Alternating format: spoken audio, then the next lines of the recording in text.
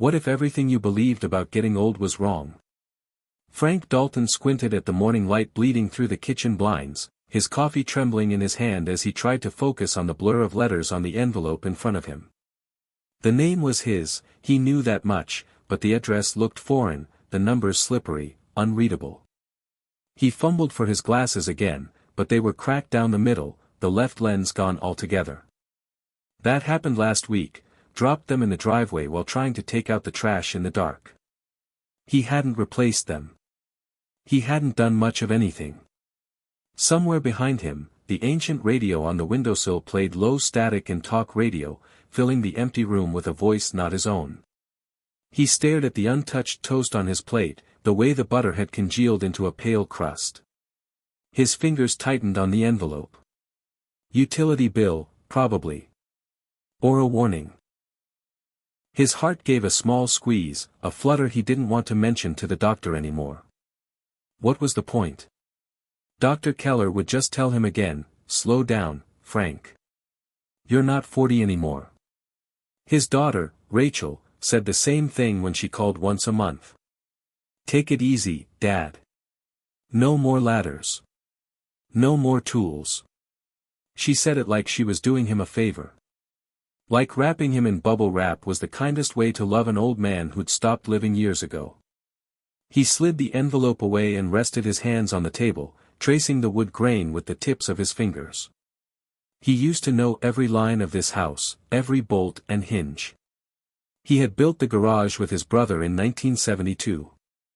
They'd laid the concrete by hand, spent an entire summer sweating and laughing, playing CCR on the cassette deck.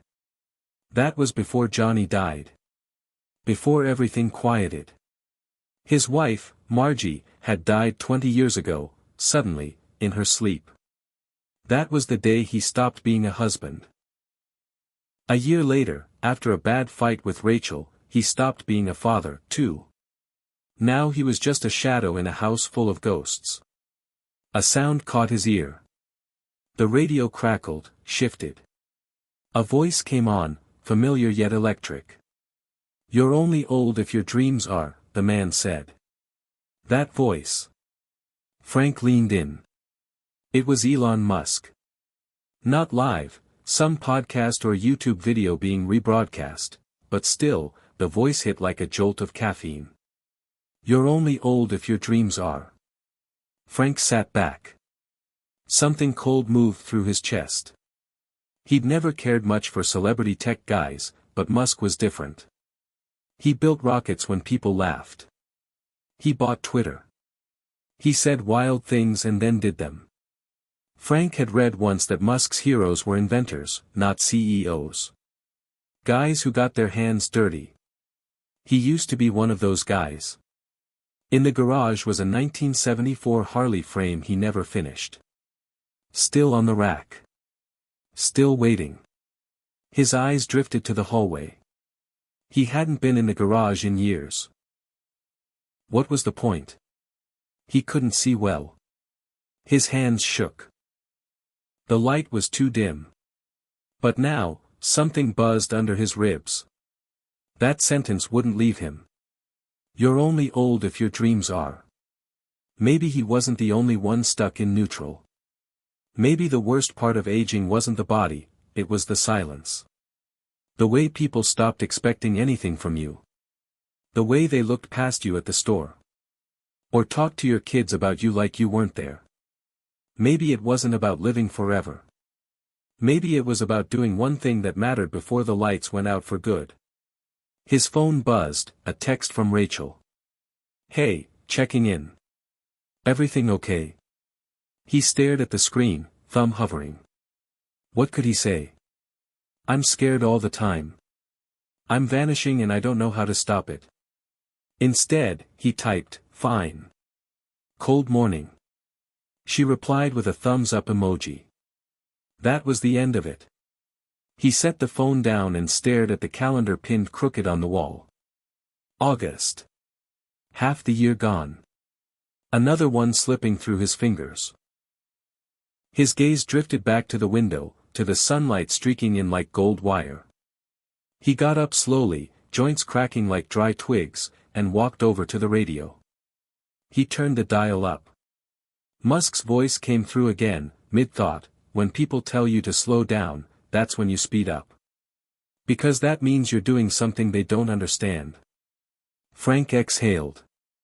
It felt like a dare. He went to the back door and opened it. The air was sharp, smelled like damp leaves and motor oil. He walked, one hand on the wall for balance, through the narrow hallway that led to the garage. The door creaked as he pushed it open. Dust floated like fog. The workbench was still there, covered in tools and rust. The motorcycle frame stood in the corner, half-built, coated in time. It looked both foreign and familiar. He stepped inside. The floor groaned.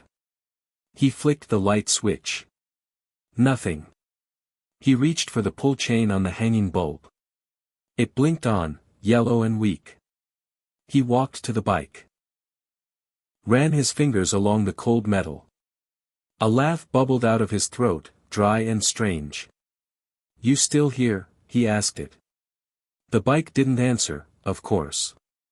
But something in the silence shifted. He remembered Johnny's voice. "She'll be a beast when she runs, Frank." That was 1979. The last year they worked on it before life took them in different directions. He pulled a stool over and sat. For a long time he just breathed. The garage didn't feel like a tomb. It felt like a time capsule. He looked at the pegboard on the wall. The wrenches were still arranged in perfect order. A habit he never broke. Order made him feel less helpless. Slowly, cautiously, he reached up and pulled one down. It felt good in his hand. Heavy. Real. He smiled. That night, he sat at the kitchen table and opened his old laptop. The screen flickered but worked. He typed into the browser, "Elon Musk plus blind man." A video popped up. Neuralink patient regains sight, first human trial results. He clicked. The story was real. A man in his 60s, blind for over a decade, could now see shadows, outlines, motion. Not perfect, but a start. The scientists said the brain still had more power than anyone believed. It just needed the right signal. Frank stared at the screen. His heart pounded. Maybe the story wasn't about the tech. Maybe it was about the trying. The man in the video didn't look like a genius or athlete. Just a man who wanted to see again. Who dared to say yes when the world expected him to say no. Frank opened a Word document and began typing. Title: "I'm 71, almost blind, and I'm rebuilding my dream." He wrote a single paragraph about the garage, the bike, the way he used to feel when he built something with his hands. Then he hesitated. He stared at the blinking cursor. Was this stupid? Was he making a fool of himself? But he thought about that quote again. "You're only old if your dreams are." He hit publish. The blog post went live into the digital void. No comments. No views. Just him and the quiet hum of the laptop fan. He leaned back, looked out the window. The sky had turned a deep shade of orange. Another day done. But something was different. He had done one thing. A small thing. But a thing. For the first time in years, Frank felt a pulse under the surface. A whisper in the dark. Maybe, just maybe, he wasn't done yet. Hit subscribe and leave a comment with where you're watching from. This story might just spark a new beginning. What's one thing that always pushes you forward, even when things get tough? Frank Dalton had once believed in forever. Back when the world was loud, oil-stained, and humming with the grind of gears in the garage he built with his brother, forever was something you could shape with a wrench and a welding torch. He remembered the summers in the 70s when he and Johnny worked shirtless under the Indiana sun, beer sweating in the corner, Creedence playing on a cheap radio, sparks flying as they bent old bikes back to life. That garage had been a cathedral for them. It wasn't just a place to fix things, it was where they were most themselves. Before bills, before funerals, before the silence took over. Back then, Frank had dreams that didn't end with the word used to. He had a wife who made him feel like he mattered, a daughter who thought he hung the moon, and a world that still looked at him like he was going somewhere. But time has teeth. And it chewed through all of that slowly, bit by bit, until all that was left was this quiet house, a fading nameplate on the mailbox, and a rusted bike in the back that no one but him even remembered. He thought about Margie every morning. 20 years gone and she still visited him in flashes, her laugh over burnt pancakes, her quiet strength when the factory laid him off the first time, the way she danced barefoot in the kitchen to Patsy Cline. He'd met her at a church social in 1971. She made fun of his boots, then married him 6 months later. She was the first person to ever believe he was more than a grease monkey. When cancer took her in 2005, Frank stopped talking for weeks. He walked the halls at night. He sat on the edge of the bed until the sun rose. He didn't cry the way people expected. He folded in on himself, slow and silent. Rachel had been 20 at the time, full of fire and grief. She begged him to talk, to be present, to let her in. But all he could offer were grunts and closed doors. Eventually, she left too. Moved to Chicago. Started her life. Still called. Still tried. But Frank was a man drowning quietly, and the calls never pulled him above the surface. Over the years, the house stopped being a home and became a museum of unfinished business. Dust collected in the corners like time made visible. The living room still had Margie's Afghan draped over the recliner, faded but untouched. The fridge had 2 magnets left, one from Rachel's grade school and one from a Harley dealership that no longer existed. His bedroom was neat, always neat, because disorder now felt like decay. But the garage, God, the garage, was a time capsule. Behind that creaky door was the last moment Frank had truly felt alive. The frame of a 1974 Harley-Davidson FLH Electra Glide sat suspended on the stand, mid-restoration. It had been Johnny's project. They'd pulled it from a junkyard in '79, said they'd rebuild it together. But life got in the way. Johnny joined the army. Frank married Margie. The bike waited. When Johnny came back, it was different. He wasn't the same. The war had taken pieces of him no one could see but everyone could feel. He didn't talk much. He drank more. Then, in 1992, he died alone in a motel off I-65. Frank never said it out loud, but the guilt lodged in his throat like a bolt he couldn't loosen. That bike became a monument, half-finished and full of meaning. He'd walk past it sometimes, run his fingers along the cold metal, whisper, "I'll finish it, brother. I swear." But the years rolled on. His hands got stiffer. His vision blurred. And the guilt turned into dust that settled on everything he hadn't done. The day he first noticed his sight was going, he'd been trying to read the paper. The letters danced. He blinked. Rubbed his eyes. Thought it was a trick of the light. Then came the floaters. The dimness at night. The halos around the porch lamp. His doctor called it macular degeneration. "Nothing to panic about," she said, "but it's progressive." He didn't tell Rachel at first. What was the point?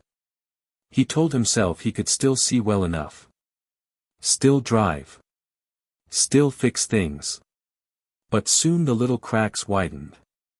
He stopped driving at night. Stopped reading books. Started forgetting details, faces, signs, ingredients on food labels. The world became smaller, dimmer, like watching life through fogged glass. That's when the loneliness sank in. Not the dramatic kind, but the quiet, gnawing sort that makes time stretch out like cold molasses. He'd wake up and realize the entire day ahead had no meaning. No appointments, no tasks, no one waiting on him. Meals blurred together. Days stacked into weeks without markers. When people ask what aging feels like, they don't talk about the paperwork or the pills.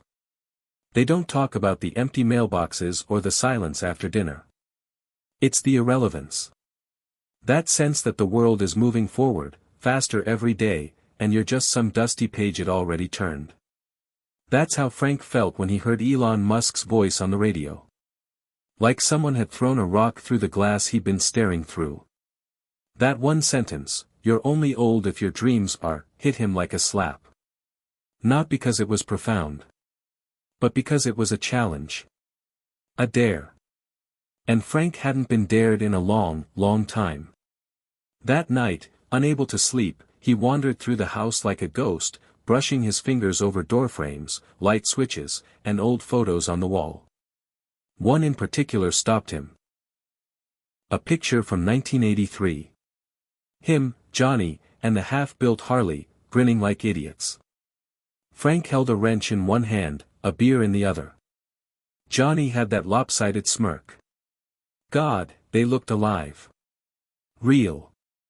Not like the man Frank saw in the mirror now, stooped, soft around the edges, faded like an old flannel shirt. He carried the photo to the kitchen and sat down with it, staring into the faces of who they used to be. That's when the thought came, maybe the only way forward was back. Maybe the only way to fight the fading was to finish what he started. It sounded ridiculous. His vision was going.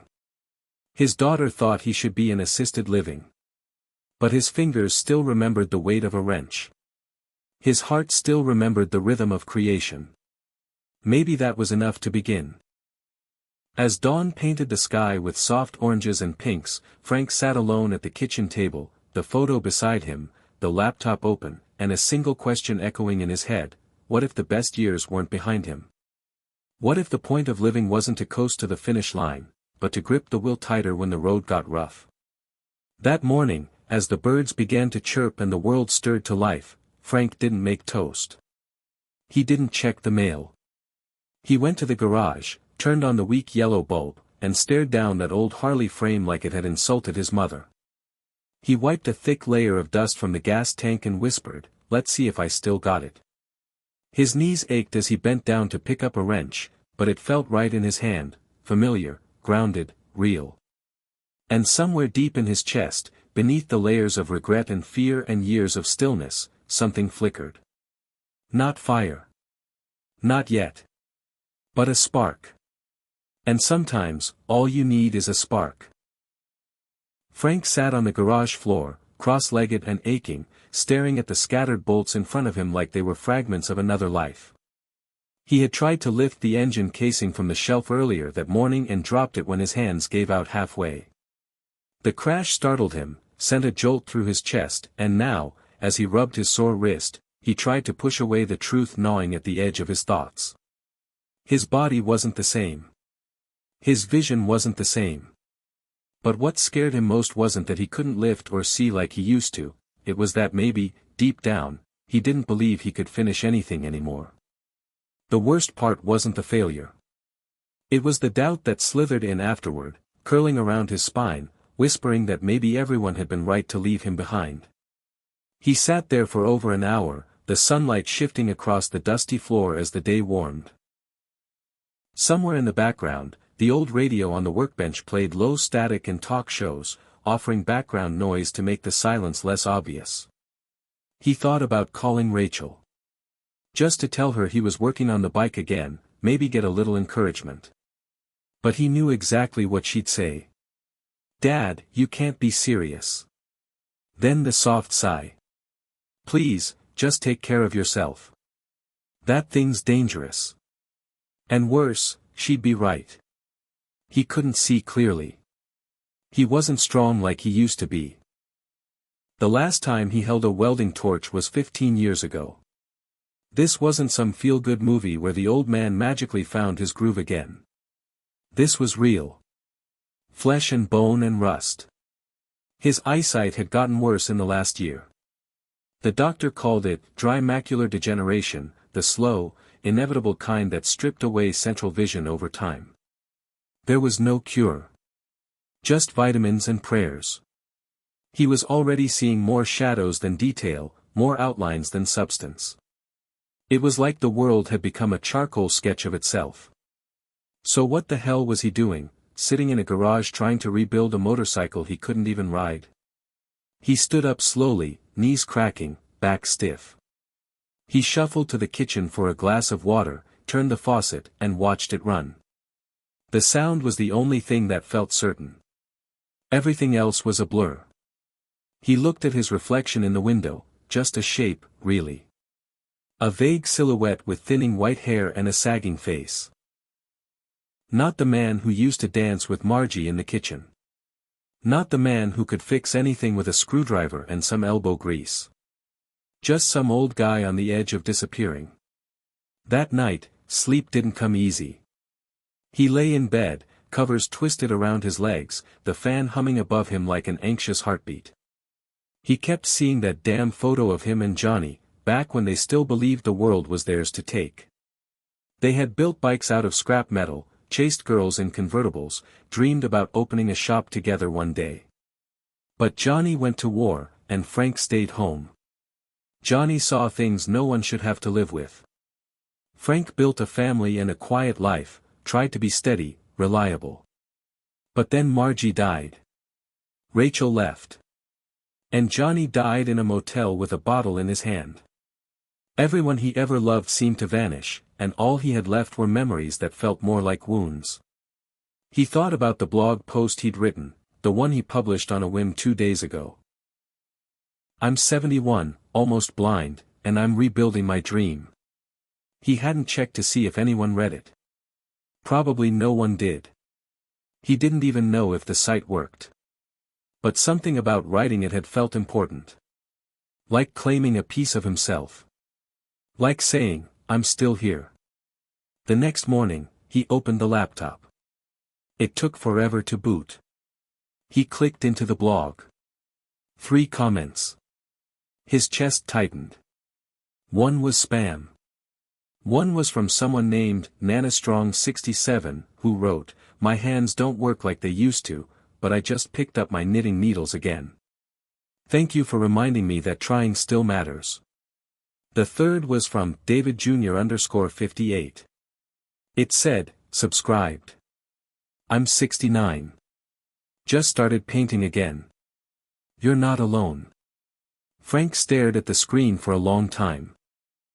Something hot built behind his eyes. The room blurred in that way it sometimes did, where light turned everything into a halo. He blinked hard. It wasn't the blindness. It was the feeling. The possibility that maybe someone out there saw him. The next few days passed in strange rhythm. Frank spent his mornings in the garage, working slowly, mostly cleaning, sorting bolts, feeling his way around the pieces of the past. His hands remembered things his eyes had forgotten. He used to know the exact torque needed to tighten a mount bolt without overstripping it. Now he went slower, careful not to drop things, using touch where sight failed. Every evening, he wrote something, just a few sentences, about what he tried that day. He didn't know if anyone was reading. But it made the days feel like chapters, not just hours. Then came the voicemail. "Rachel. Hey, Dad. I saw your blog. One of my friends at work shared it, believe it or not. I'm surprised. I didn't know you were doing all that. Are you okay? Can we talk soon? I'm worried." Frank sat at the kitchen table, phone in hand, staring at the blinking light. He didn't press play again. He didn't know how to respond. Her voice sounded cautious, half admiration, half fear. Like she couldn't decide whether to be proud or furious. That evening, he turned on the TV for background noise.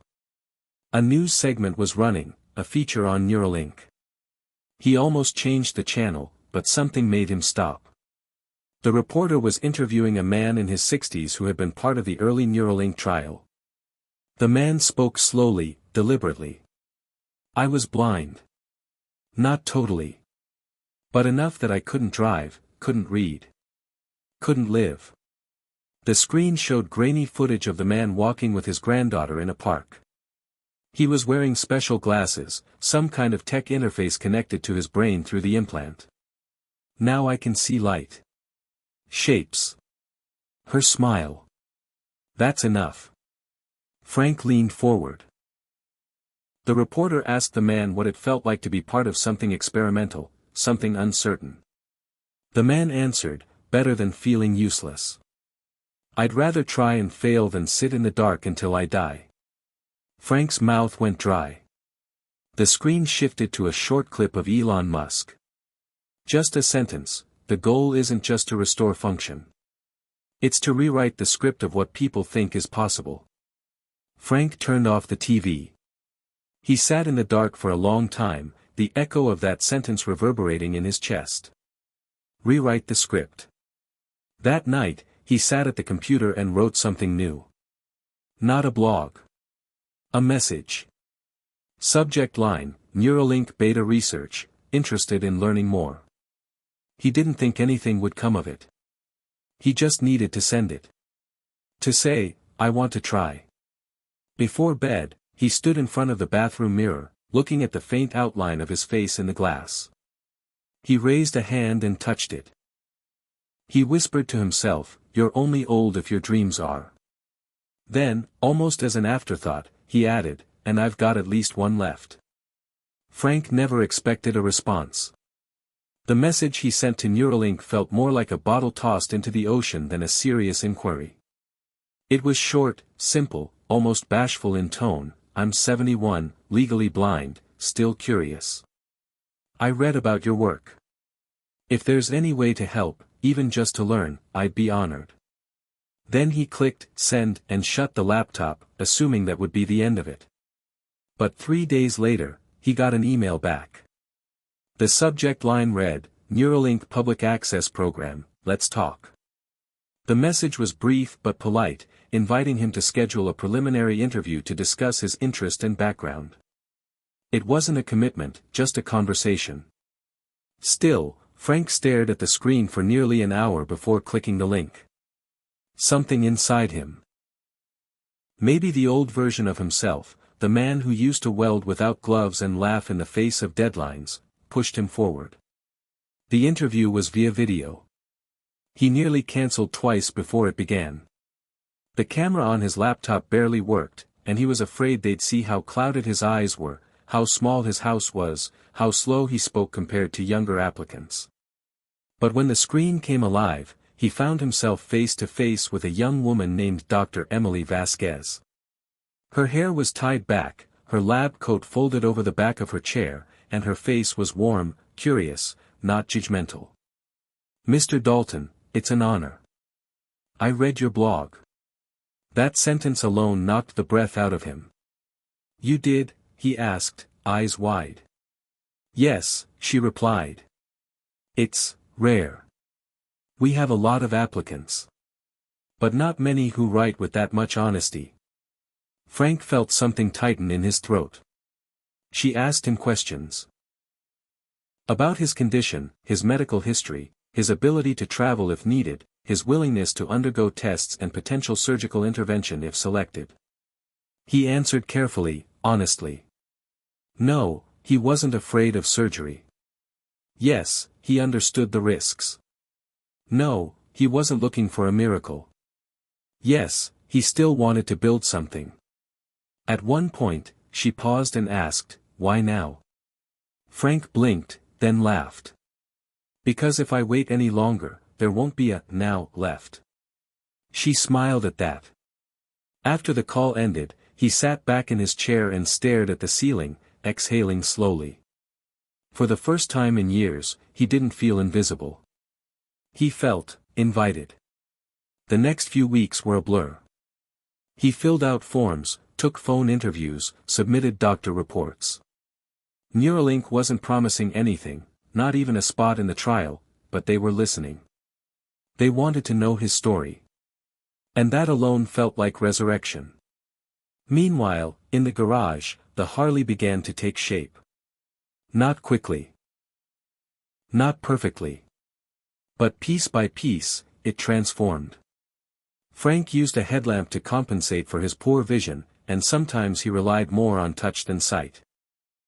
But the old rhythm returned. The clink of metal, the smell of oil, the satisfaction of fitting something just right. One afternoon, while adjusting the rear fender, he caught himself whistling. It startled him. He hadn't whistled in years. As he tightened the bolt, he thought about Johnny, about how his brother used to whistle, "Sweet Home Alabama," every time they worked together. "This one's for you, brother," he whispered. He didn't post daily on the blog, just whenever something real happened. One post was about the first time he got the rear tire mounted without assistance. Another was a short essay about how fear hides in the form of waiting for the right time, the right health, the right permission. He wrote, "There is no right time. There's only now." The comments section began to grow.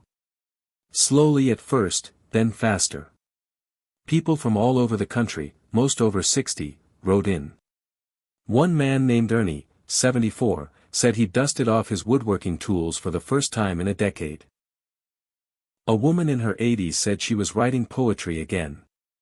A Vietnam vet said Frank's blog made him pick up a guitar he hadn't touched since '79. Frank didn't know what to say. He wasn't trying to be a leader. He wasn't trying to inspire.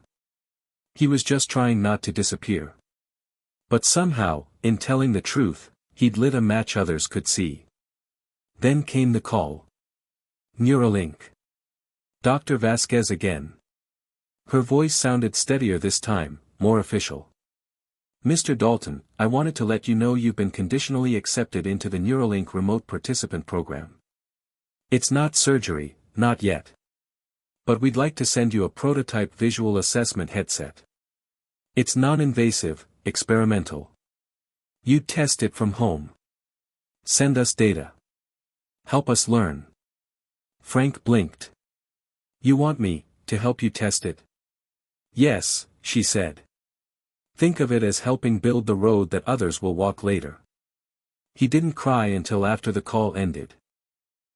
Then he sat at the kitchen table, hands shaking, the phone still in his lap, and wept, not from sadness, but from the sudden, overwhelming realization that he still mattered.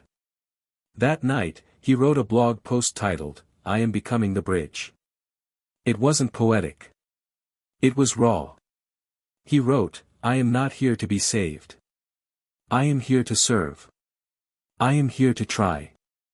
I am here to prove that age is not the end of relevance." The post went viral. Tens of thousands of views. Comments from every state. Retweets from people he'd never heard of.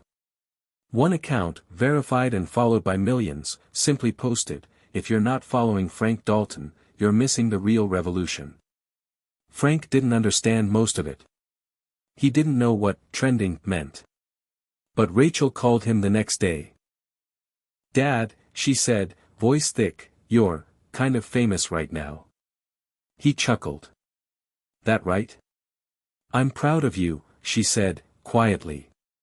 There was a pause. "And I'm sorry. For treating you like you were done." He swallowed hard. "It's okay. I kind of treated myself that way, too." The headset arrived in a plain box, no fanfare, no logo. Just a device, some cables, and a user manual thicker than the Bible. Frank spent 3 hours figuring it out. The headset looked like something out of a sci-fi movie, a sleek band with embedded sensors, designed to map signals from the brain's visual cortex. When he first put it on, he felt silly. Then he activated the calibration program, and everything changed. Light. Real, sharp light. It wasn't like seeing in the normal sense, his vision was still blurry, still limited, but there were outlines. Edges. Contrast. He could see the corner of the table. The curve of his own hand. The shadows of tools hanging on the garage wall. He laughed out loud. Not a small chuckle. A full-bodied, belly-shaking laugh that startled the dog next door. "Holy hell," he muttered. "I can see my hand." He spent the next hour walking around the garage, headset on, narrating what he saw to himself like a kid seeing snow for the first time. That night, he didn't sleep. He sat at the computer and wrote a simple sentence, "I saw again today." And in the silence that followed, he felt a new truth settle into his bones, not that the world had changed, but that he had. He had taken one step. Just one. But it was forward.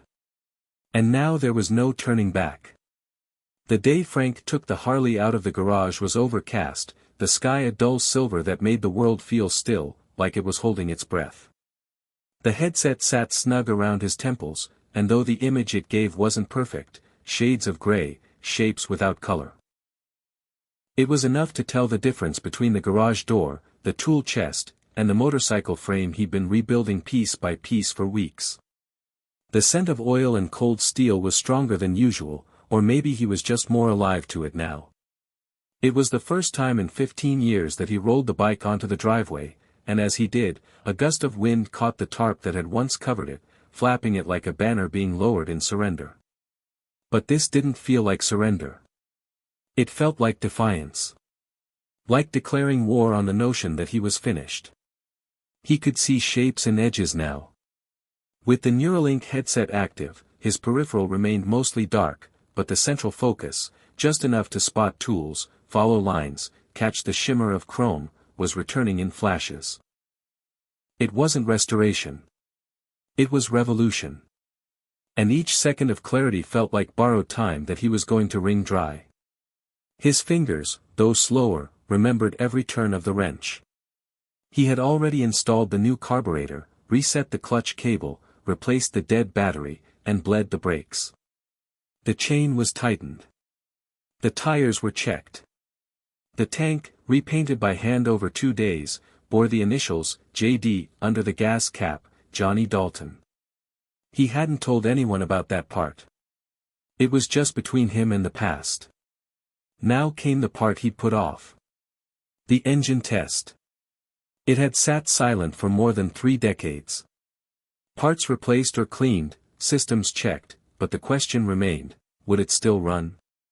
Would it remember what it meant to be alive?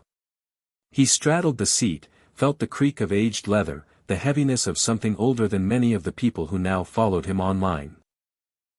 He adjusted the headset one final time, flipped the kill switch to on, and pressed the starter. Nothing. He closed his eyes, muttered a quiet prayer to no one in particular, then pressed again. This time the engine coughed. Then again. A long, dry rattle. Then silence. Frank gritted his teeth, kicked the side stand, stepped off, and pulled the seat off with slow precision. He ran his hand along the fuel line, checked the spark plug wire, murmured under his breath like he used to when Rachel was little and he'd fix things just to hear her say, "You're a wizard, Dad." One more time. He straddled it again, heart pounding. Clicked the switch. Pressed. A roar. Rough and uneven, like a throat clearing after decades of silence, but it was there. The garage echoed with it. Vibrations ran up his arms. His lips parted. The engine growled low and steady, then settled into a pulsing rhythm that made his chest tighten. "Well, I'll be damned," he whispered. It ran. It actually ran. He sat there, both hands gripping the bars, engine rumbling beneath him, and for a long minute, he didn't move. He didn't need to. The sound was enough. The sound meant the years hadn't taken everything. Something inside him hadn't died after all. The next day, he posted a video. Just 10 seconds. Him in the driveway, the Harley idling, headset in place. No music. No narration. Just him, looking into the camera and nodding once. The caption read, 35 years. One rebuild. One miracle headset. One stubborn old man. The video exploded. 500,000 views by morning. He was invited onto podcasts, morning shows, a segment on a national news network. He turned most of it down. Not out of pride, but because the garage still needed him. The bike wasn't finished. The real work had just begun. Rachel came to visit the following weekend. She brought her daughter, Frank's granddaughter, Eliza, whom he hadn't seen in 2 years. Frank was standing in the driveway when they pulled up. Rachel got out first, slower than she used to move, eyes full of questions she hadn't yet asked. Eliza jumped out of the back seat, gangly and bright-eyed. "Grandpa," she shouted. Frank smiled wide. "Hey there, squirt." She ran to him and hugged him tightly around the waist. He knelt, just barely able to, and hugged her back. When he looked up at Rachel, she was crying. "I didn't think I'd ever see you like this again," she said, voice cracking. "I thought I lost you." Frank stood, wiping a smudge of oil from his forehead. "Maybe I just had to find myself again first." That night, Rachel sat at the kitchen table with him after Eliza went to bed. She asked him about the headset, about the blog, about the messages he'd received from people all over the world. He told her about the man in Kansas who started sculpting again. The woman in Oregon who joined a rowing club at 67. The retired nurse in Florida who wrote that Frank's story made her sign up for computer coding classes. "You've become a symbol," Rachel said. "Not just for old folks. For anybody who's afraid it's too late." Frank shook his head. "I'm no symbol. I'm just a guy who got tired of waiting." Rachel reached across the table and held his hand. "Well, whatever you are, I'm glad you're back." In the garage, Frank began filming short videos, nothing fancy, just tutorials and updates. Here's how to replace a throttle cable with one good eye and a crooked back. How to tell the difference between fear and fatigue. What I learned about failure from a bolt that wouldn't fit. He kept Elon's name off most of them. Not because he didn't respect the man, he did, but because he wanted the story to be bigger than one name. Still, every so often, he'd quote him. "I read something Elon Musk said," he'd say. Something like, "People underestimate how much they can change by thinking differently." Then he'd look at the camera and add, "Start by thinking you're not done yet." The comments poured in. One read, "I'm 78. My daughter says I shouldn't be lifting anything heavier than a spoon. I just bought a chainsaw." Another, "You gave me back my dignity. I forgot how powerful it felt to try." One night, Frank was up late, scrolling through comments, when a message came in from Neuralink. It was Dr. Vasquez. "We're ready to offer you full surgical participation in the Phase 2 trial. We can't promise restored sight.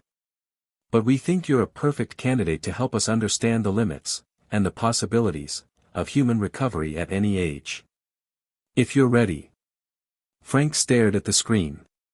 His hand trembled slightly. He didn't reply right away. He walked outside, headset off, blind in the dark, and let the night surround him. The wind was cool, the world still.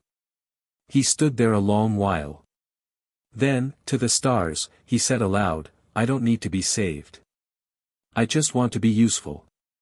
He walked back inside, sat down, and began typing his answer. The cursor blinked. The words came slow, but steady.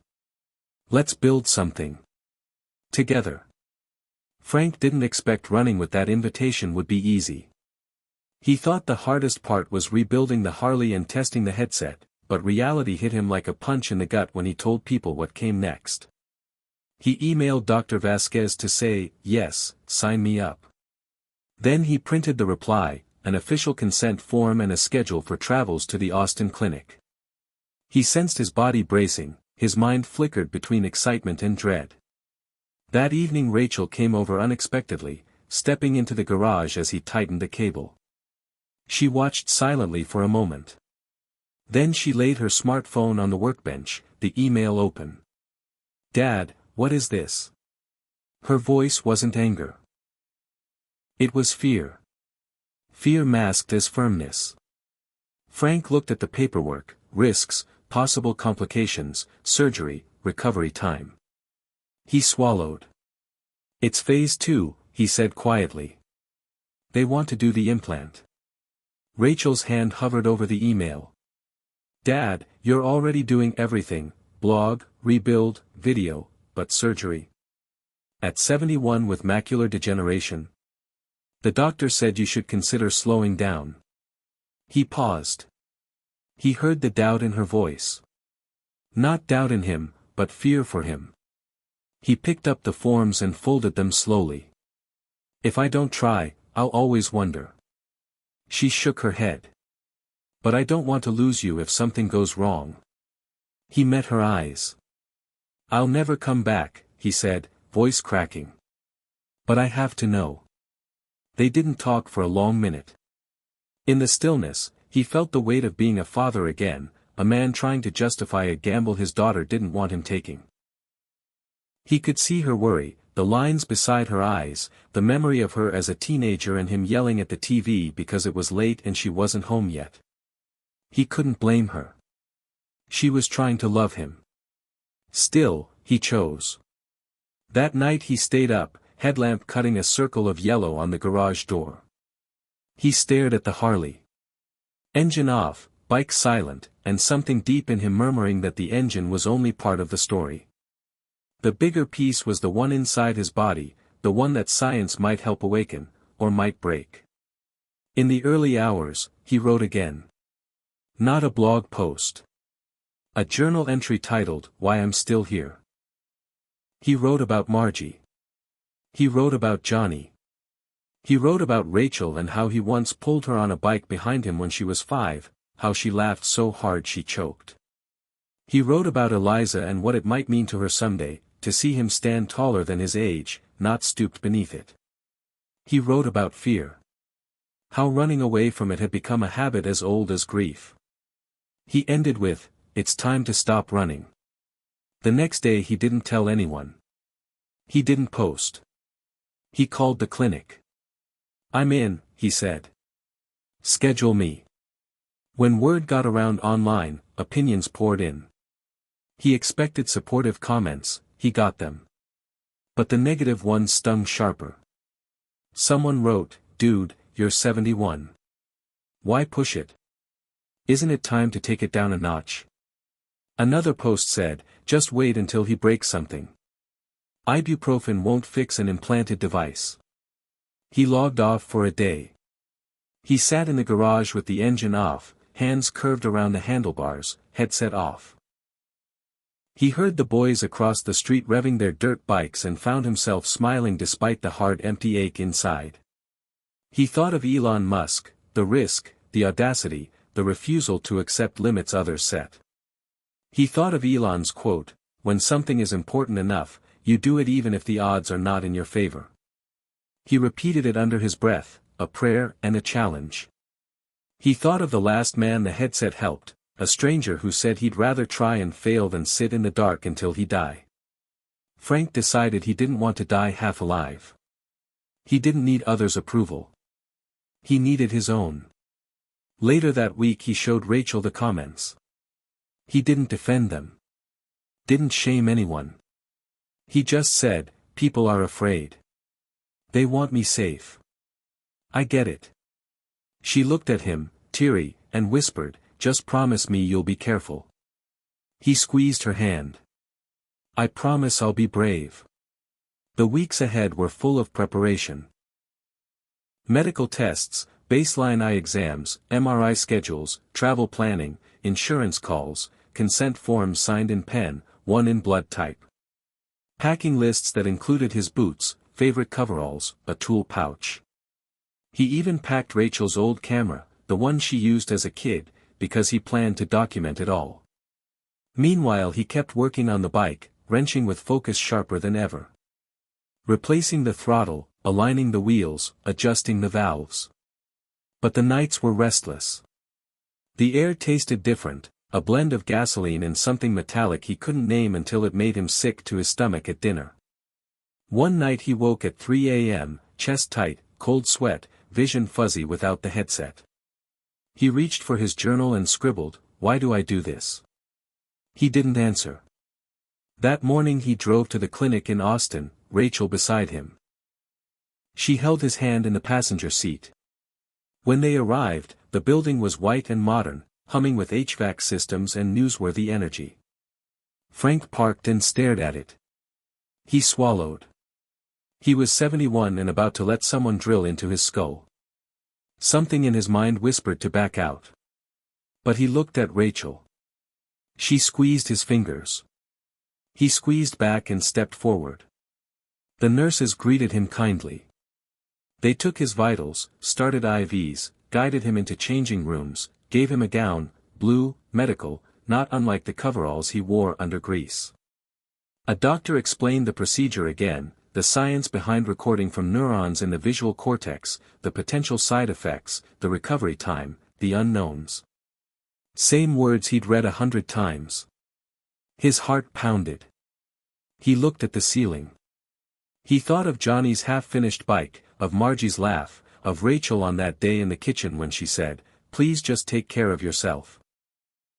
He thought, maybe turning 71 didn't mean giving up on life, it meant deciding once more what mattered. Is it worth it? That was the question they asked him. He answered in his head, I'd rather die trying than waste away waiting. Yes, he said. Clear. Loud enough. The nurse nodded and held his arm. The anesthesiologist smiled and said, You're in good hands, Mr. Dalton. He gave Frank one last moment to reconsider. He closed his eyes, breathed deep, and said one more time, yes. They wheeled him toward the room. When Frank came to, everything was muffled and strange. The hum of machines, the faint buzz of hospital lights, the rubbery smell of antiseptic. His head felt heavy, not from pain exactly, but from weight, a strange, dull pressure that seemed to echo deep inside his skull. He opened his eyes slowly, but saw nothing. Not blackness, not light. Just, absence. His throat was dry. His tongue stuck to the roof of his mouth. Somewhere nearby, a monitor beeped steadily. He turned his head and groaned, the movement stiff and awkward, as if the world had grown too fast for his limbs. A nurse appeared beside him, her voice gentle and firm. Mr. Dalton, you're awake. That's good. The surgery went smoothly. Try not to move too much. He tried to nod but it felt like his neck had turned to cement. She offered him water through a straw, and he drank slowly, each swallow tasting like static. You'll be groggy for a while, she said. We'll give it time. But your vitals are strong. Vision, he rasped, surprised at how hoarse he sounded. She hesitated a beat, then smiled. That part we'll test tomorrow. Let your brain settle. He closed his eyes again. Not that it changed anything. The darkness was absolute. But the words, tomorrow, and test echoed in his chest. He felt like a child waiting for Christmas morning, but instead of presents, it was just the hope of seeing again. Just a shape. Just a sliver of light. Rachel came later that afternoon. Her face was pale and her eyes red-rimmed, like she'd been holding her breath for 12 hours straight. When she stepped into the room, he reached for her hand without hesitation. You look terrible, he whispered. She snorted through a laugh. Takes one to know one. Then she bent down and kissed his forehead. I'm proud of you, Dad. His lips trembled, and he fought the sting in his eyes. I didn't die, did I? Not even close, she said, squeezing his hand. They said you did great. You're a rock star. Blind rock star, he muttered. She smiled again, but this time with softness. We'll see.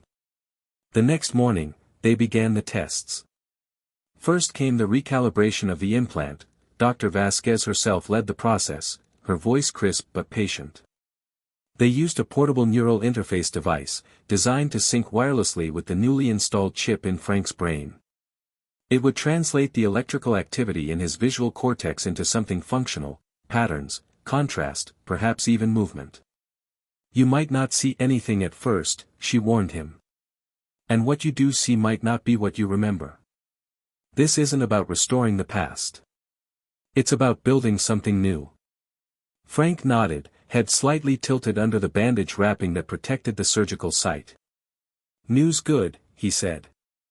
I'm tired of trying to get back to the man I was. I want to meet the man I might become. Dar. Vasquez paused for a moment, then smiled. That's the attitude we're hoping for. The device was activated. There was a soft tone, then silence. Then, suddenly, a spark. Not light, not vision exactly, but a flicker of sensation behind his eyes. Like a phantom pulse, or a ripple in a still pond. Frank inhaled sharply. Something happened. Describe it, she said. Flicker. Like heat behind my eyes. The team made adjustments, and moments later, the flicker returned, stronger this time. Then, there it was. A shape. Faint. Moving. The outline of a square projected onto the screen in front of him, translated by his brain into what felt like perception. He gasped. I see a box, he whispered. Black square. Fuzzy edges. Good, Dr. Vasquez said. That's more than we expected on day one. For the next hour they moved through patterns, lines, circles, flashes of contrast. Each one felt like a miracle. Not because they were clear, but because they were happening.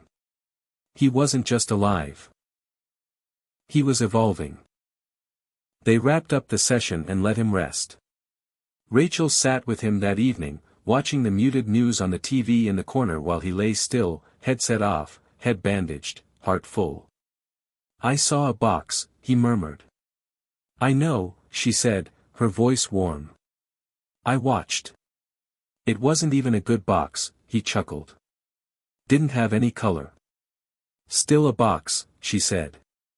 Still more than nothing. That night, Frank wrote again in his journal. Today I saw the shape of possibility. That's all it was. But that's enough. The days that followed were a mix of breakthrough and exhaustion. The implant required adjustment, recalibration, sometimes rest. Some days he saw more, lines sharper, edges clearer. Other days, the images blurred like smoke. But he kept showing up. He kept trying. And in the quiet between tests, he started imagining something new. He envisioned a world where people like him, people considered too old, too broken, too far gone, weren't just test subjects. They were pioneers. He asked Dar. Vasquez if he could start interviewing other trial participants. She was hesitant at first, but eventually said yes. Frank began recording audio logs. He called them the New Site Chronicles. Each was 5 minutes long, raw and unedited. He spoke into a small recorder from his hospital bed, sometimes groggy, sometimes fired up, sometimes downright poetic. One entry began, they told us our lives would slow down. But what if we're only just speeding up? Another, you don't have to see perfectly to recognize purpose. You just have to be willing to open your eyes again. These logs made their way online. A friend from his blog helped him upload them. Before long, they had thousands of listeners, people who said the logs helped them feel seen even when they weren't blind. Messages poured in. A man from Chicago, you made me call my son after 15 years. A woman from Alabama, I started painting again. I can't see well, but I don't care. A young war veteran. I'm 34, not 70, but I've felt forgotten since I got home. Your voice pulled me back. Frank was stunned. These weren't just old-timers like him. These were people from every age group. The truth hit him hard and simple, the feeling of being left behind had no age limit. But neither did hope. One morning, in week 4 of his recovery, he was standing by the window of the clinic. The implant was turned off for maintenance. His physical vision was dark again. But his heart wasn't. He stood in the silence, remembering the smell of oil in his garage, the sound of the Harley engine turning over for the first time, Rachel's hand gripping his before surgery. He remembered Elon Musk's voice from a documentary he'd once watched, "Don't wait for permission to build the future. Just start building it." Frank whispered to no one, "I didn't wait. I built." And then he smiled. Not because he was healed. Not because he could see clearly now. But because for the first time in years, he didn't feel broken. He felt useful. He felt ready. And in that quiet moment, as nurses moved down the hallway and monitors beeped gently in the room behind him, Frank Dalton knew one thing for certain: he hadn't just gotten his vision back. He'd gotten his fight back. Hit subscribe and leave a comment with where you're watching from. This story might just spark a new beginning. What's one thing that always pushes you forward, even when things get tough? The world outside Frank's garage door had changed without him noticing it. When news crews stopped knocking and the phone calls slowed, he thought the buzz had faded. But social media don't forget, especially when something genuine breaks through the noise. He woke one morning to a surge in messages, emails, texts, blog comments, even letters in the mailbox. People he'd never met sending photos, stories, and encouragement. He sat at the kitchen table, headset off, hands trembling from the deluge. A man named Greg from Ohio sent a photo of his cluttered workshop, where he'd finally unpacked his woodworking tools and fixed a chair he'd abandoned last spring. "Because of you," he wrote. A little girl in Kansas, age 9, sent a crayon drawing of a motorcycle with a heart in the middle. Underneath she'd written, "Keep going, Grandpa Frank." He cried without shame. He wasn't a public figure, but somehow his story had become everybody's story. His daughter, Rachel, visited again that night and found him surrounded by letters on the kitchen floor. His eyes, though blurry, were bright. "Did you know this was happening?" she asked softly. He shook his head. "I didn't mean for it. Just shared the truth." She knelt beside him and read a note from someone named Mary in Alabama, who wrote, "At 68, I started walking again, just a block, but I did it."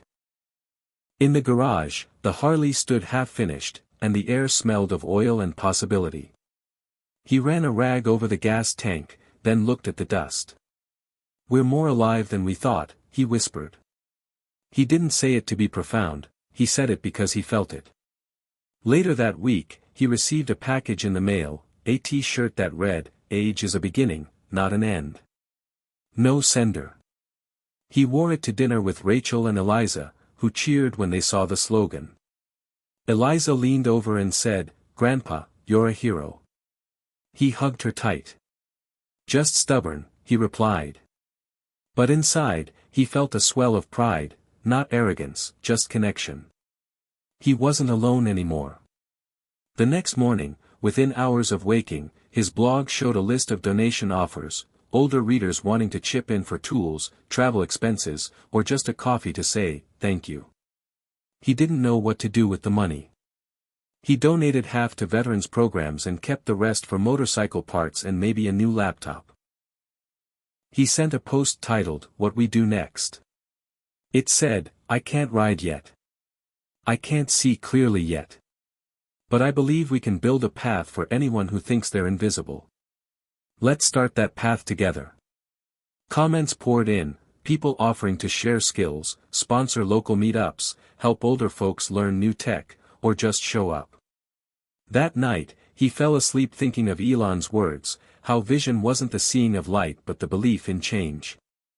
He dreamed of a line of motorcycles stretching into the sunset, each labeled with an age instead of a license plate. Around midday, his phone rang. It was Dr. Vasquez. "We've got good news," she said, voice steady and excited. Frank braced himself, thinking maybe the implant had failed or the data was bad. Instead she said, "You've been invited to speak at the Global Neuro Futures Summit in 2 months. We want you there, Frank. To tell your story." He paused. Public speaking. He hated being on stage. But then he thought of the letters, the drawings, the calls. This wasn't about him anymore, it was about the spark. He agreed. Rachel gasped when he told her. A real stage, she said. He shrugged, feeling oddly electric. When the day came, he stood behind a podium under bright lights, looking out at a sea of researchers, journalists, advocates. The stage felt wide, and he could feel the weight of thousands of stories behind his words. He began quietly, "Age whispers to you that nothing matters anymore," and then lifted his voice. He told them about the bike, the headset, the letters, the hope. Near the end, he said, "Every one of you was once told you were done. I want you to remember, we don't have to believe that." The audience stood and cheered.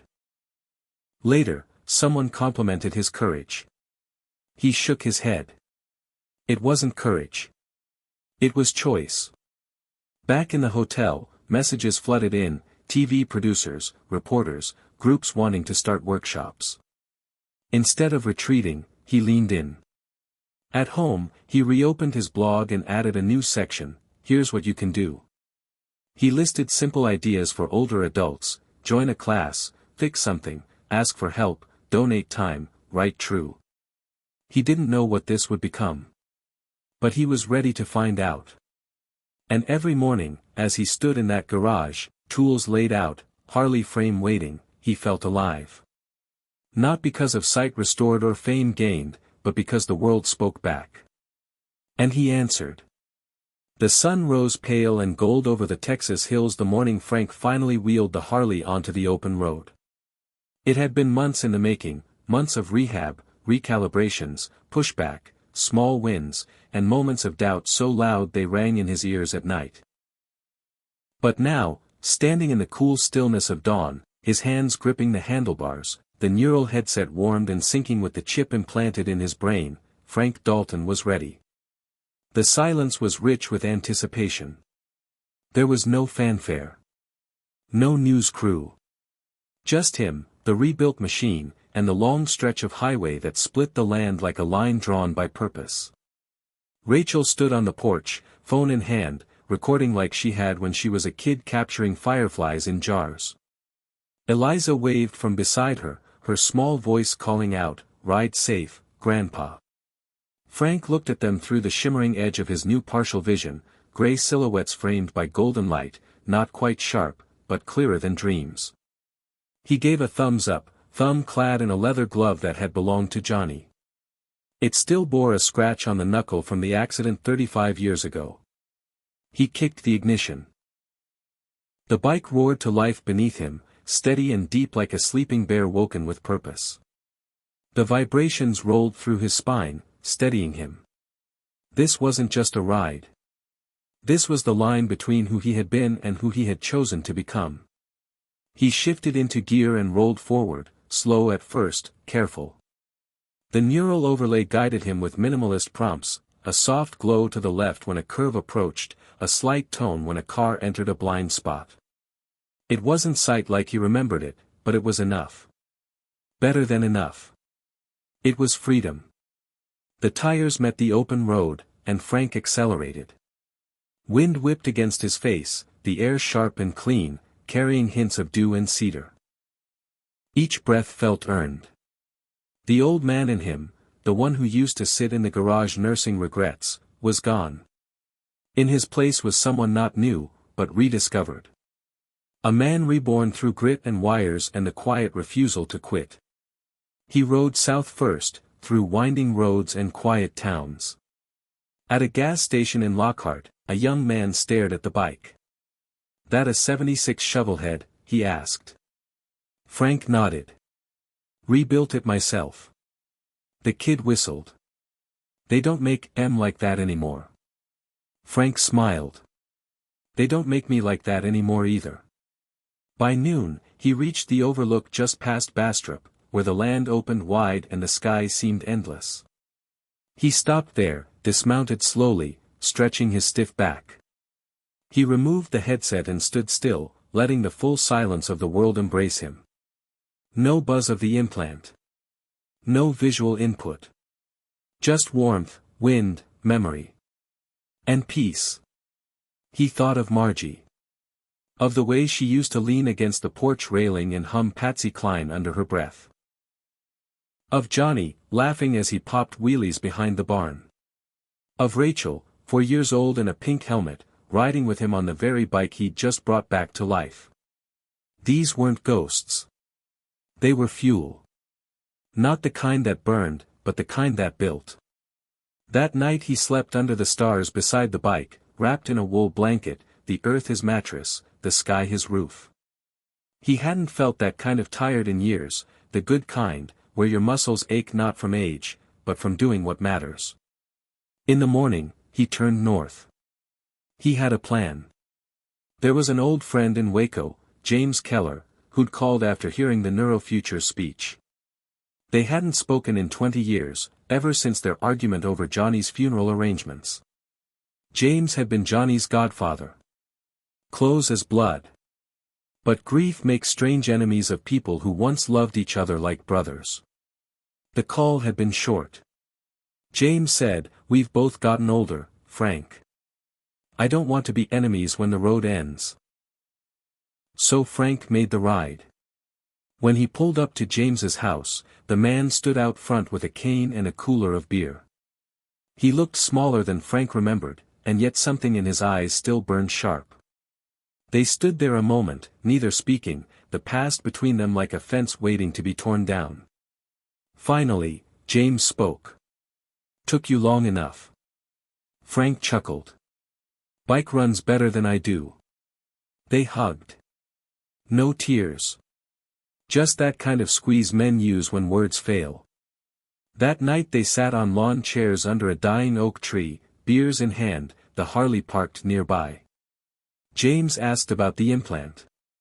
Frank explained it as best he could, and when he was done, James just said, "You always were too stubborn to die slow." Frank replied, "Better than waiting to disappear." They toasted to that.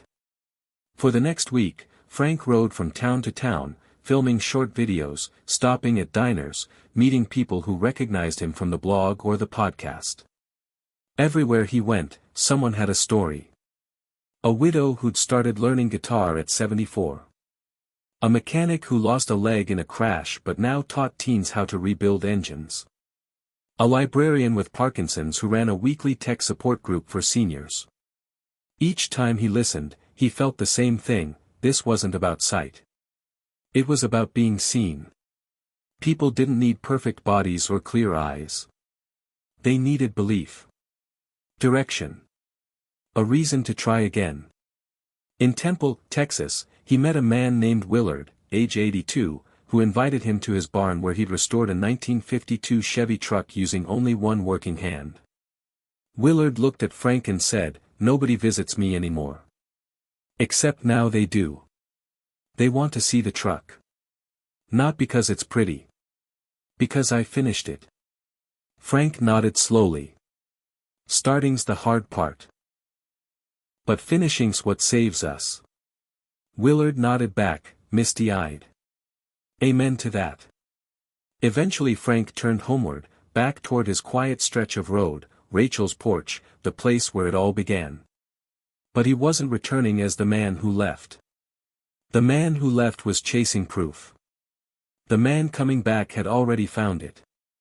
In every handshake, every roadside story, every mile of wind and weariness and wonder. He stopped once more at the hill overlooking Bastrop and looked out again, this time with the headset fully active. His vision flickered, then stabilized, showing lines, outlines, shapes, jagged trees, distant rooftops, the blur of a hawk circling overhead. The colors weren't there. Not yet. But the form was. And that was enough. He whispered to himself, "You did it, old man." Then smiled. Because the truth was, he wasn't done doing it. Not by a long shot. Frank's story was no longer just a local legend whispered in small-town diners or shared on quiet back roads. It had crossed oceans and continents, sparked by a single video of his first ride and the heartfelt words he'd shared at the Neurofuture Summit. One morning, as he sipped black coffee in his modest kitchen, his phone buzzed relentlessly, emails from journalists, invitations to podcasts, messages from people in countries he'd only seen on maps. He felt a familiar surge of disbelief mixed with something new, a steady flame of purpose. The world was listening, and Frank wasn't about to let it go silent again. "You ready to be famous, old man?" Rachel teased as she poured cream into his mug. Frank chuckled, the warmth of family grounding him. "I'm just ready to be heard." The first big leap came when a producer from a national public radio show contacted him. They wanted to feature his story, not as a human interest piece but as a movement, one about resilience, reinvention, and the radical refusal to be invisible. Frank agreed. He was interviewed over a crackling call, his voice steady but honest, the pauses filled with the hum of hospital monitors and his garage tools nearby. The broadcast aired a week later, reaching millions. Calls poured in, from listeners inspired to start clubs, create workshops, and even challenge stereotypes about aging and ability. One woman wrote from New York City, "I started teaching dance to seniors after hearing your story. Age isn't a limit, it's a launch pad." A man from Oregon shared how he'd signed up for a writing class at 72, something he'd been too scared to do for decades. Frank's inbox became a tapestry of human stories, hope stitched into every message. One night, as he sat by the window watching fireflies blink like tiny stars, a notification lit his screen. Elon Musk had retweeted a clip from his summit speech, adding, "This is what courage looks like at any age. Never stop building." The message sent a ripple through social media, catapulting Frank's story into new realms of visibility. Suddenly, he was fielding requests from tech companies, aging advocacy groups, and universities. People wanted to learn how to make their communities more inclusive, to help older adults adapt to new technologies, and to break down the walls that society had long placed around aging bodies and minds. Frank realized this wasn't just his story anymore. It was a call to action. He started collaborating with a team of volunteers, many older adults themselves, who wanted to help spread the message. They created online workshops teaching everything from basic computer skills to simple DIY repairs. They organized meetups where seniors could connect, share their fears and dreams, and discover new possibilities. Rachel helped him launch a podcast series titled Vision Beyond Sight, where guests shared stories of transformation, loss, and hope. The show quickly gained traction, offering a platform where age and disability were not seen as endings but as beginnings. Meanwhile, Frank continued to improve his own vision through the implant's recalibrations. Some days, he saw shapes more clearly, and on others, the world remained a blurry, shifting mosaic. But he no longer saw his sight as a prize or a burden, it was simply part of his journey. One afternoon, during a visit to a rehabilitation center in California, Frank met Gloria, a woman in her late 70s who had recently lost her vision. She was skeptical at first, her arms crossed, eyes wary. But as Frank spoke, sharing his struggles and small victories, her posture softened. She asked, "Do you really believe someone like me could start over?" Frank looked at her steadily. "Not just believe. I know it. Every day is a chance to rebuild. You just have to say yes." Gloria smiled then, a faint but genuine smile, and Frank knew this was why he kept going. Word of the project caught the attention of a major tech foundation that offered a grant to help expand the workshops nationwide. Suddenly, Frank found himself at the center of a growing movement, one that celebrated resilience and the radical idea that life after 60 was not about winding down, but about ramping up. One crisp evening, as he recorded a new podcast episode in his garage-turned-makeshift studio, Rachel asked him, "Do you ever get tired?" Frank paused, the question striking deep. "Of course," he said honestly.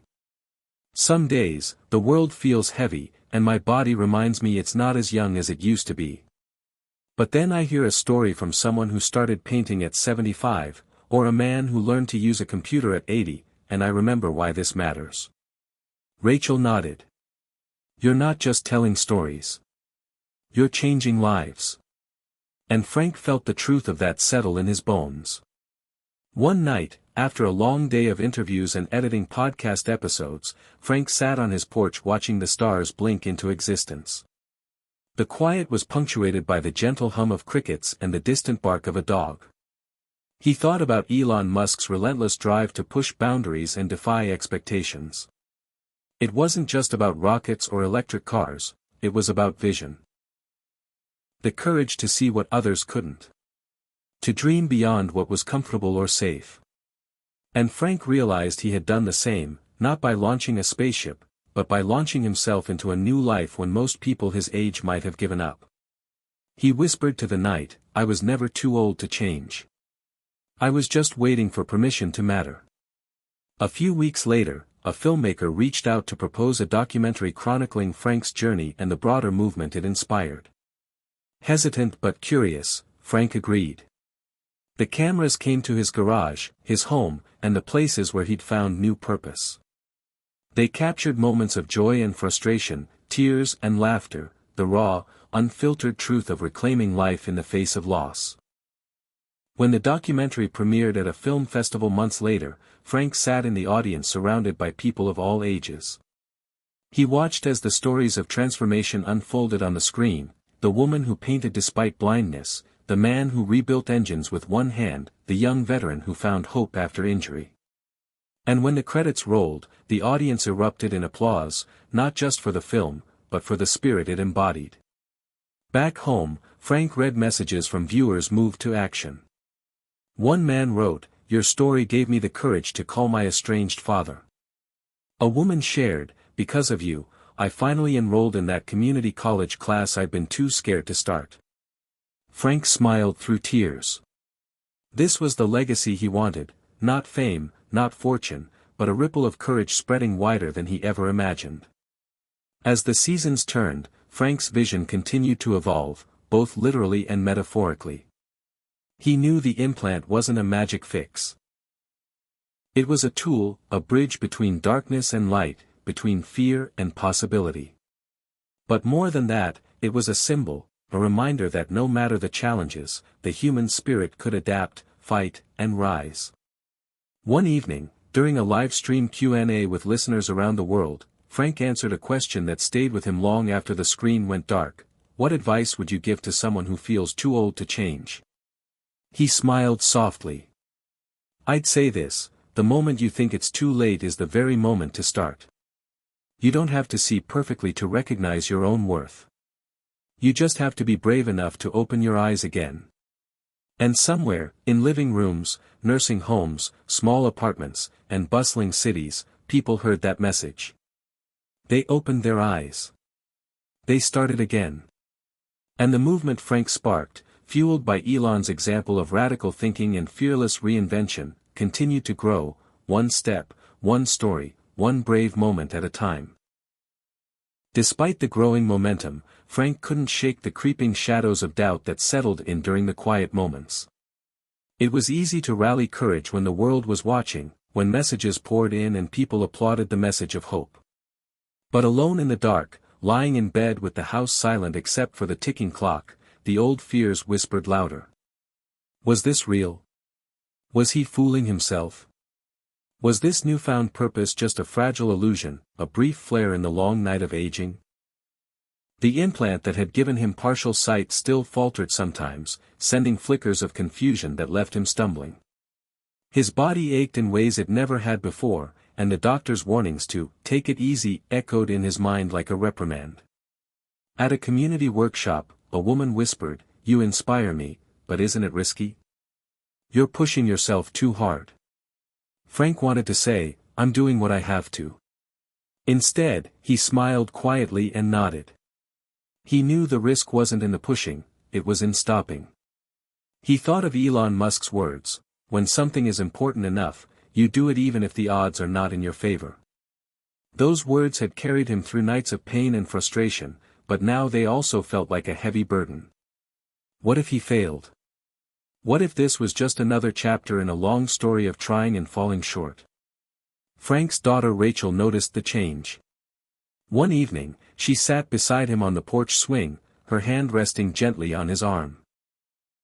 "Dad, you've come so far, but you don't have to carry this alone. Her voice was soft but firm. He looked at her, the lines of worry etched on her face mirroring his own. I'm scared, Rachel, he admitted. Scared that I'll lose what little I have left. Scared that I'm just delaying the inevitable. Rachel squeezed his hand. That's normal. But remember why you started. Not for the glory, but for the life you still want to live. That night, Frank lay awake, turning her words over like a stone in his palm. The doubts were still there, but so was a spark of something else, resilience. He thought about the men and women who'd written to him, those who'd faced their own doubts and pressed on. There was Gloria, who despite her blindness, had taken her first dance lesson in decades. There was Willard, the mechanic who kept going with one hand, rebuilding old trucks and new dreams. They weren't perfect. They were real. And so was Frank. He began journaling again, a habit he'd abandoned long ago. On paper, he poured out his fears, hopes, regrets, and small victories. Writing wasn't just catharsis, it was clarity. It forced him to see himself honestly, beyond the mask of hope he wore for others. One entry read, I'm scared to lose sight again. But I'm more afraid of losing sight of myself. The next day, he called Dr. Vasquez for a recalibration appointment. The surgery had been a success, but the implant needed tweaking to improve visual processing. She listened as he described his fears and frustrations. It's okay to be scared, Frank. This is new territory. But remember, progress isn't linear. We'll keep adjusting, together. Those words stayed with him. Together. He wasn't alone. Around this time, a local journalist asked Frank about the criticism he'd received from skeptics who said his story was exceptional, not typical, or that the implant's technology was too expensive to be accessible. Frank thought carefully before answering. I'm not special, he said. I'm just one person who said yes to change. If this can inspire even one person to try, then it's worth it. The future has to be about everyone, not just the lucky few. The interview sparked a lively debate online, but instead of retreating, Frank engaged respectfully, connecting with people who feared change or doubted technology. He shared stories from the community, reminding everyone that courage wasn't about never falling, but about standing up again and again. One night, a message popped up from a man named Tom, a Vietnam veteran in Montana who'd been living isolated for years. Tom wrote, I'm ready to start again. Your story gave me permission. Frank responded immediately, arranging to connect with Tom through the support network. The act reminded Frank that doubt wasn't a stopping point, it was part of the ride. He began hosting weekly virtual support calls, where people from across the country shared their fears, hopes, and small steps forward. The group became a lifeline for many, including Frank himself. During one session, a woman named Ruth spoke about her late diagnosis of macular degeneration. I feel like I'm losing pieces of my life, she said. How do you keep going when everything's slipping away? Frank answered with the honesty that had become his hallmark, you don't pretend it's easy. You acknowledge the loss. But you also find the parts that remain. The parts worth fighting for. The room was silent, then filled with quiet nods. That was the moment Frank realized the movement wasn't just about regaining sight or fixing bodies. It was about reclaiming dignity. About telling a new story for aging, one where vulnerability was strength and fear was met with fierce hope. Outside the virtual world, Frank continued to test his limits. One afternoon, during a ride with Rachel trailing behind on her motorcycle, he misjudged a turn. The bike skidded, and Frank barely caught himself. His heart pounded, and for a moment the old fear of failure and injury gripped him. But he steadied himself, took a deep breath, and continued. It's not the fall that matters, he told Rachel afterward, it's getting back up. Rachel nodded, her eyes shining. You're teaching me more than you know.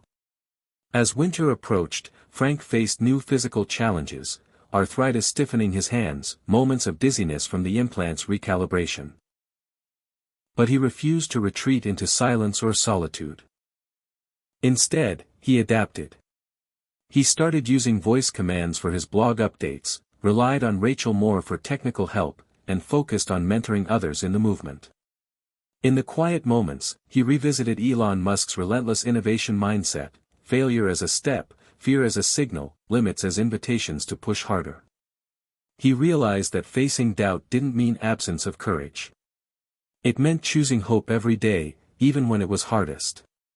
One evening, after a long day of workshops and interviews, Frank stood outside his garage, looking up at the stars. He felt small, fragile, but also fiercely alive. The doubts hadn't disappeared, and probably never would. But he had learned to ride alongside them, letting them fuel rather than freeze him. He whispered to the night, "I am not done yet. Not by a long shot." As Frank's message spread beyond his small town and local workshops, the impact began to ripple out in unexpected ways. What started as a personal journey became a collective awakening, a wave moving through communities, families, and individual hearts. It wasn't just about sight anymore, it was about possibility, resilience, and reclaiming life at any stage. One morning, Frank received a letter that captured the essence of this growing movement. It was from a woman named Marlene in Detroit, a retired schoolteacher in her late 60s who had struggled with progressive vision loss for years. She wrote about how Frank's podcast had inspired her to start volunteering again, despite her fears of being too old and too frail. "Your story gave me permission to live fully again," she wrote. Marlene's letter was just one of hundreds pouring in from people across the country who had found a spark in Frank's journey. He shared the letters with Rachel, who often read them aloud during their evening chats. Each message was a thread weaving a larger tapestry. Stories of courage, small victories, rekindled dreams, and the stubborn refusal to fade quietly. The movement also began to influence local policymakers. After a presentation at a city council meeting, Frank was invited to consult on new accessibility programs. He worked with community leaders to expand public transportation options for seniors, introduce technology training in libraries, and create support networks for people living with disabilities. One afternoon, Frank found himself sitting with Mayor Evans, a pragmatic man known for his cautious approach. "Frank," the mayor said, "your story's got people talking. We want to make sure this isn't just a flash in the pan." Frank nodded. "It won't be. It's about building a culture that honors resilience and inclusion, not just in words, but in action." Inspired by this partnership, Frank's team launched the Vision Forward Initiative, a program combining technology access, education, and peer support to empower older adults with vision challenges. Rachel took a lead role, coordinating workshops and managing volunteers. The community response was overwhelming. Seniors who had long felt isolated began attending sessions, learning to use devices that helped with reading, mobility, and communication. Friendships blossomed, and a new sense of agency spread like wildfire. At one event, Frank watched as Gloria, the woman who had once doubted her ability to start over, danced confidently with her cane in hand. Tears welled in his eyes. This was more than a program, it was a revolution in how society saw aging and ability. The ripple effect also reached families. Frank heard from children who had been skeptical at first but had become advocates. One message from a man named Daniel in Texas moved him deeply. "Dad and I had drifted apart for years. But after hearing your story, we started talking again. We're even planning a trip next summer. You showed me it's never too late to rebuild." Frank realized that the healing wasn't just for those struggling with vision, it was for everyone who had felt left behind, forgotten, or stuck in old patterns. The movement inspired reconnection, forgiveness, and new beginnings. Frank's blog became a central hub for sharing stories like Daniel's. He published guest posts, interviews, and practical tips for navigating the challenges of aging with vision loss. The blog's readership grew exponentially, connecting thousands of people hungry for hope and guidance. One particularly memorable post came from a young woman named Amy, who cared for her grandmother diagnosed with macular degeneration. Amy wrote about the guilt she felt for sometimes wishing her grandmother could be normal again. Frank responded with a heartfelt letter, reminding Amy that love was imperfect and courage came in many forms. The exchange sparked a series on caregiving that resonated with readers worldwide. Meanwhile, Frank's own vision continued to improve incrementally with each adjustment to the implant. He cherished the moments when he could read a newspaper headline or recognize a familiar face without hesitation. But more than the physical changes, he valued the metaphor, the idea that clarity came with persistence and hope. In the evenings, Frank often found himself reflecting on Elon Musk's influence. Elon's fearless drive to imagine impossible futures had become a guiding light. Frank wasn't building rockets or electric cars, but he was launching a movement just the same, a movement that dared to rewrite what aging could look like. The media caught on, too. Frank was invited to speak at conferences, share panels with medical experts, and even appear on national television. Despite the spotlight, he remained grounded, always steering conversations back to the people whose lives were at the heart of the story. During one televised interview, a reporter asked, "What's the most important lesson you've learned?" Frank smiled thoughtfully. That it's never too late to start again. That our worth isn't defined by youth or perfection, but by the courage to keep moving forward, no matter the odds. After the interview, Frank received a flood of messages from viewers who said they'd been inspired to take their own first steps toward change. Some enrolled in classes, others reached out to estranged family members, and many simply shared their stories for the first time. Frank's phone buzzed with a text from Rachel, "Dad, you're a catalyst. You're making the world believe in second chances." The words filled him with quiet pride. Yet, Frank knew the work was far from over.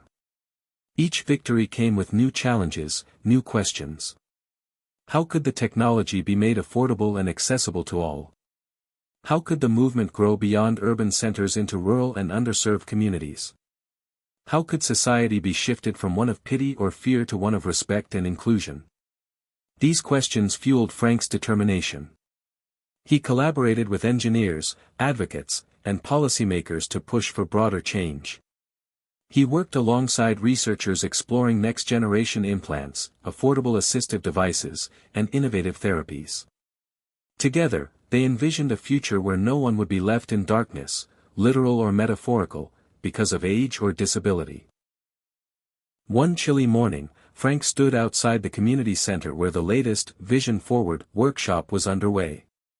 He watched as a group of seniors experimented with tablets and apps designed for low vision. Laughter and chatter filled the air, a vibrant soundtrack to the scene of empowerment. A woman approached him, her eyes bright. "Frank, you gave me the courage to try again. I'm painting for the first time since my diagnosis."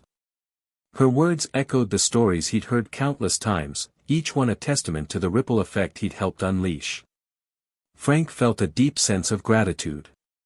This was the legacy he wanted, not just for himself, but for everyone who had ever been told they were too old, too broken, or too lost to change. The ripple effect was proof that change was possible, that hope was contagious, and that no one was ever truly alone.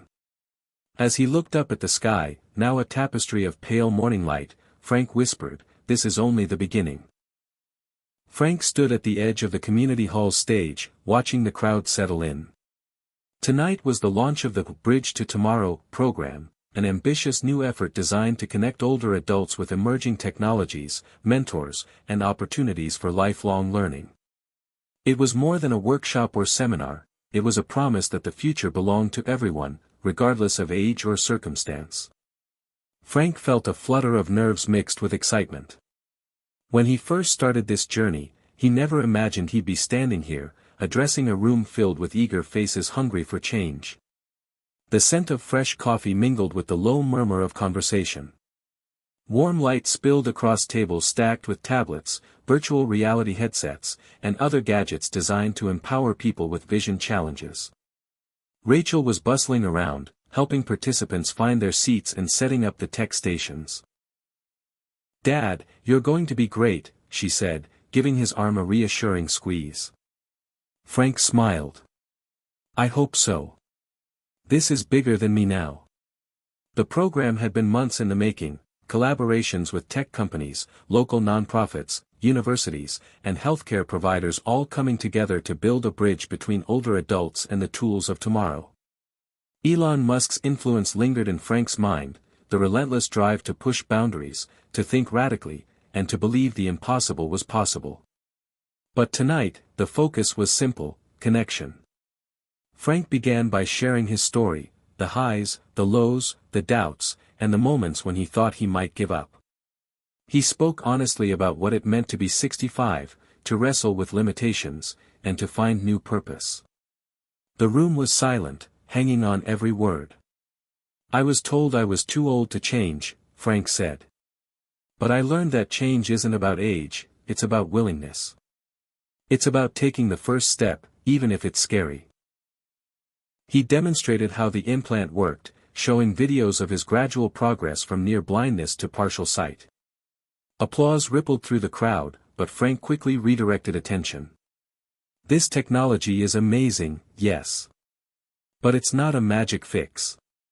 It's a tool, one that needs your courage to unlock its potential. Then the workshop transitioned into hands-on learning.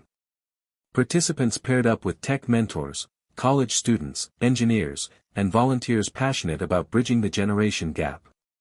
Frank watched as a woman named Clara, 72, tentatively picked up a tablet and, with patient guidance, learned to navigate an app that magnified text and images. Her smile was radiant as she read a message from her granddaughter. "It's like seeing the world again," she whispered.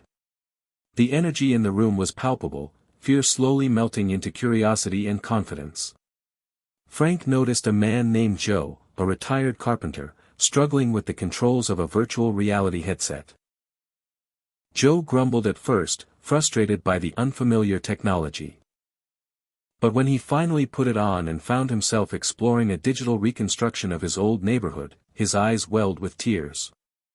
"I haven't seen my street like this in years," he said, voice thick with emotion. Rachel captured the moment on video, already thinking about how to share these stories with a wider audience. Frank moved through the room, chatting with participants, listening to their hopes and fears. Many shared stories of isolation, of feeling invisible as society rushed forward without them. This program, Frank said to a small group, is about building a bridge, not just to technology, but to each other. To a future where none of us are left behind. Later that week, Frank met with a team of engineers and accessibility experts to discuss expanding the program's reach. They explored ways to integrate emerging AI tools that could assist with reading, navigation, and communication, tailoring support to individual needs. Elon's vision of radical innovation fueled the brainstorming. "We're standing on the edge of something incredible," Frank said. "But it has to be for everyone, not just the privileged few." The team agreed to pilot a mobile unit, a traveling tech lab that could reach rural and underserved communities, breaking down barriers of geography and access. Frank was thrilled. The bridge wasn't just theoretical, it was becoming real. Yet, the challenges were real too. Funding was tight, skeptics remained, and the rapid pace of technological change sometimes left participants overwhelmed. Frank faced moments of frustration and exhaustion. But then he reminded himself of the countless stories he'd heard, of people rediscovering their independence, reconnecting with loved ones, and reclaiming their joy. Those stories were fuel. One afternoon, Frank received a call from a woman named Denise, who had attended the first workshop. She shared how the program had helped her overcome depression after losing her sight. "I feel alive again," she said. "I'm learning, laughing, and dreaming." Denise's words echoed in Frank's heart. This was why he kept pushing forward. As winter melted into spring, the Bridge to Tomorrow program blossomed. News outlets picked up the story, drawing attention to the intersection of aging, technology, and hope. Frank was invited to speak at a national conference on aging and innovation. Standing before a packed auditorium, he felt the weight and privilege of the moment. "We must rethink what it means to grow older," he told the audience. It's not a descent into darkness, but a journey toward new light. Technology can be a beacon, but only if we build the bridge together. After the speech, Frank was approached by a young entrepreneur named Maya, who was developing an AI companion to assist seniors with daily tasks and social connection. They hit it off immediately, sharing a vision of a world where technology served human connection, not replaced it. Maya invited Frank to join her advisory board, a role that thrilled him and gave new purpose to his experience. Back home, Frank and Rachel continued to expand their network, partnering with libraries, senior centers, and healthcare providers. They trained volunteers, created online resources, and nurtured a community grounded in empathy and empowerment. One evening, after a long day of meetings, Frank sat on his porch swing, gazing at the stars. Rachel joined him, handing him a steaming cup of tea. "Dad, look how far we've come." Frank nodded, eyes shining with quiet pride. "And yet, there's still so much to do." He thought about the days when he felt invisible and powerless, and how those feelings had transformed into a fierce drive to build bridges, not just for himself, but for countless others. Elon Musk's fearless innovation had been a spark, but the true power came from the human connections forged along the way.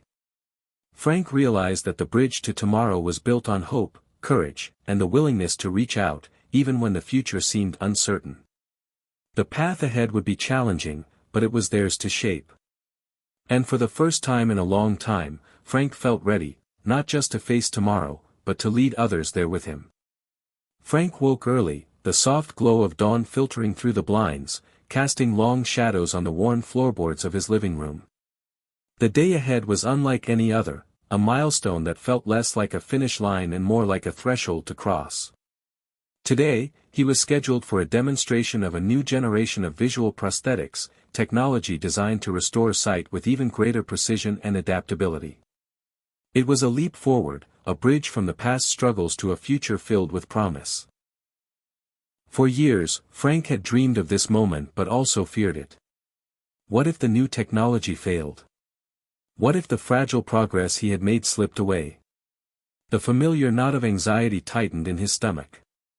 He reminded himself of Elon Musk's words, "Persistence is very important.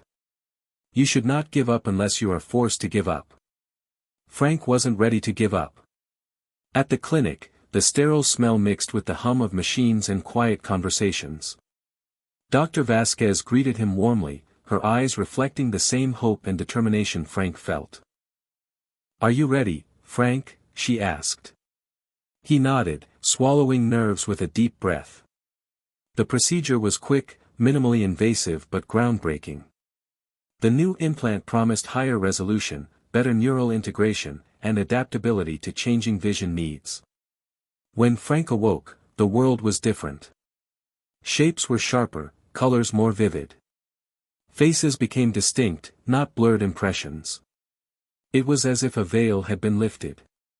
The joy was immediate but tempered by the awareness that the road ahead required patience and adjustment. In the days following, Frank experienced waves of exhilaration and fatigue, moments of clarity and confusion. The technology required fine-tuning, and his brain needed time to interpret the new signals. Rachel was a constant presence, her enthusiasm steady and reassuring. "You're doing amazing," she said one afternoon as Frank struggled to read a newspaper headline. "Remember, it's a process." Frank smiled, grateful for her unwavering support. The new clarity brought a flood of memories, faces from his past, places he hadn't seen in years, moments long forgotten now vivid and alive. But it also brought fresh challenges, the frustration of relearning, the fear of losing progress, the delicate balance between hope and realism.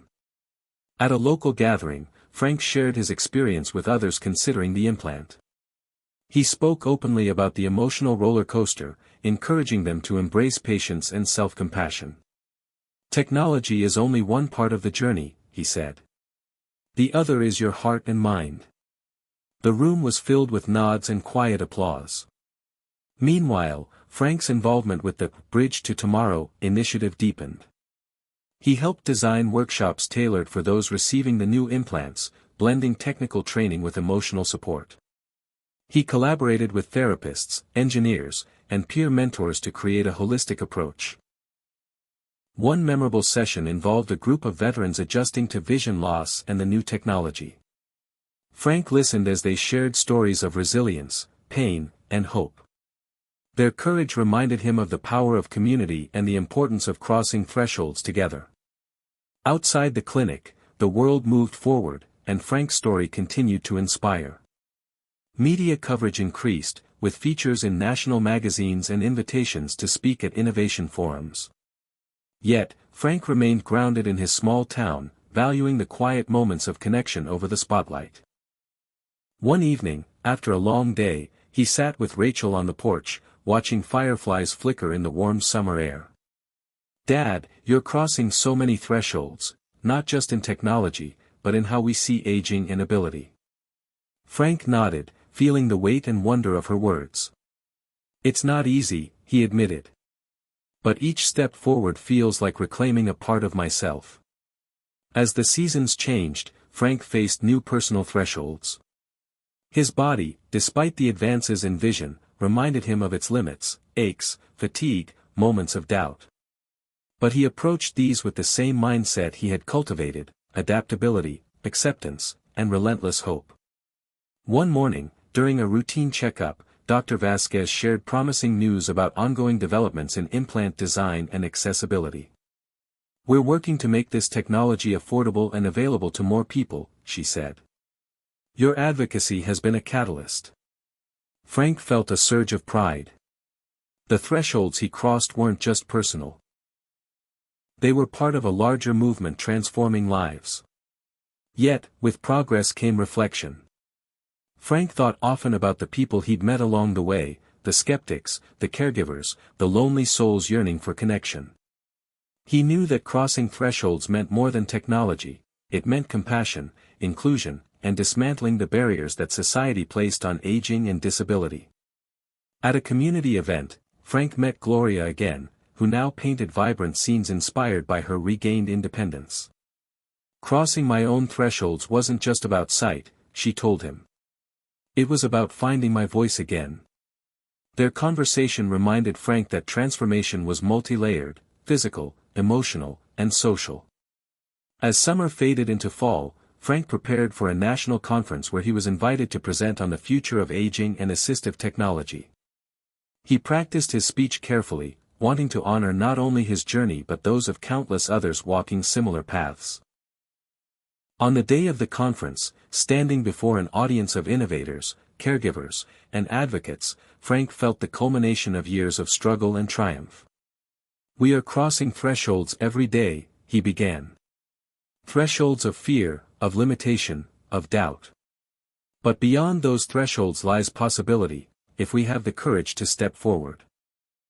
The crowd responded with standing ovations, and Frank felt a profound connection with the collective hope in the room. Later, a young engineer approached him, eager to share her work on next-generation implants that integrated neural feedback with AI. Their conversation sparked plans for new collaborations, blending human experience with technological innovation. Back home, Frank reflected on the journey, the moments of despair, the flickers of hope, the thresholds crossed and those yet to come. He understood now that aging wasn't a decline but a series of doorways inviting reinvention. Elon Musk's relentless drive had inspired him to push beyond limits, but the true power came from embracing vulnerability and community. As he looked out over the quiet neighborhood bathed in twilight, Frank whispered, "Every threshold crossed is a new beginning." The path ahead was unknown, but he was ready to walk it, one courageous step at a time. Frank's days began to take on a rhythm he hadn't felt in years, a pulse of anticipation mixed with newfound energy. The implant's advances, combined with the thriving community around the Bridge to Tomorrow initiative, created a sense of awakening within him. It wasn't just about vision anymore, it was about rediscovering a spark that had dimmed under years of doubt and loss. One crisp morning, Frank sat at his kitchen table, sunlight streaming through the window, illuminating a stack of letters he had collected over months, notes from people whose lives had been touched by his journey. There was Marlene, who had learned to play piano again after years of giving up her dreams. There was Joe, the retired carpenter who'd started a woodworking class to share his skills and reconnect with purpose. There was Denise, whose laughter had returned after years shadowed by depression. These letters reminded Frank that awakening wasn't a solitary event. It was a shared experience, a ripple spreading outward. Yet, despite the joy, Frank was aware of an inner tension. The road ahead still held uncertainty. How could this movement sustain its momentum? How could he keep inspiring others when setbacks were inevitable? Elon Musk's fearless words echoed in his mind: when something is important enough, you do it even if the odds are not in your favor. Frank clung to that truth, letting it fuel his resolve. The awakening was not a sudden burst but a gradual unfolding, like the slow bloom of a flower after a harsh winter. With each new connection, each breakthrough in technology or community support, Frank felt layers of fear and isolation peel away. One afternoon, Frank and Rachel visited a rehabilitation center where a group of seniors were learning to use assistive devices paired with the latest implant technology. He listened as they shared stories of frustration, hope, and determination. One woman, Linda, spoke of how she'd stopped painting after her sight declined but now was inspired to pick up the brush again. "It's like waking up from a long sleep," Linda said softly. Frank nodded, feeling a lump in his throat. That's exactly it. Back home, Frank found himself waking earlier, motivated by new projects and ideas. He began journaling daily, capturing insights, frustrations, and small victories. His writing evolved into a blog that quickly gained traction, becoming a platform for sharing not just his story but a chorus of voices speaking to the power of awakening at any age. Readers shared their own moments of rediscovery, the first steps back into the world, the rekindling of passions long set aside, the courage to ask for help or forgiveness.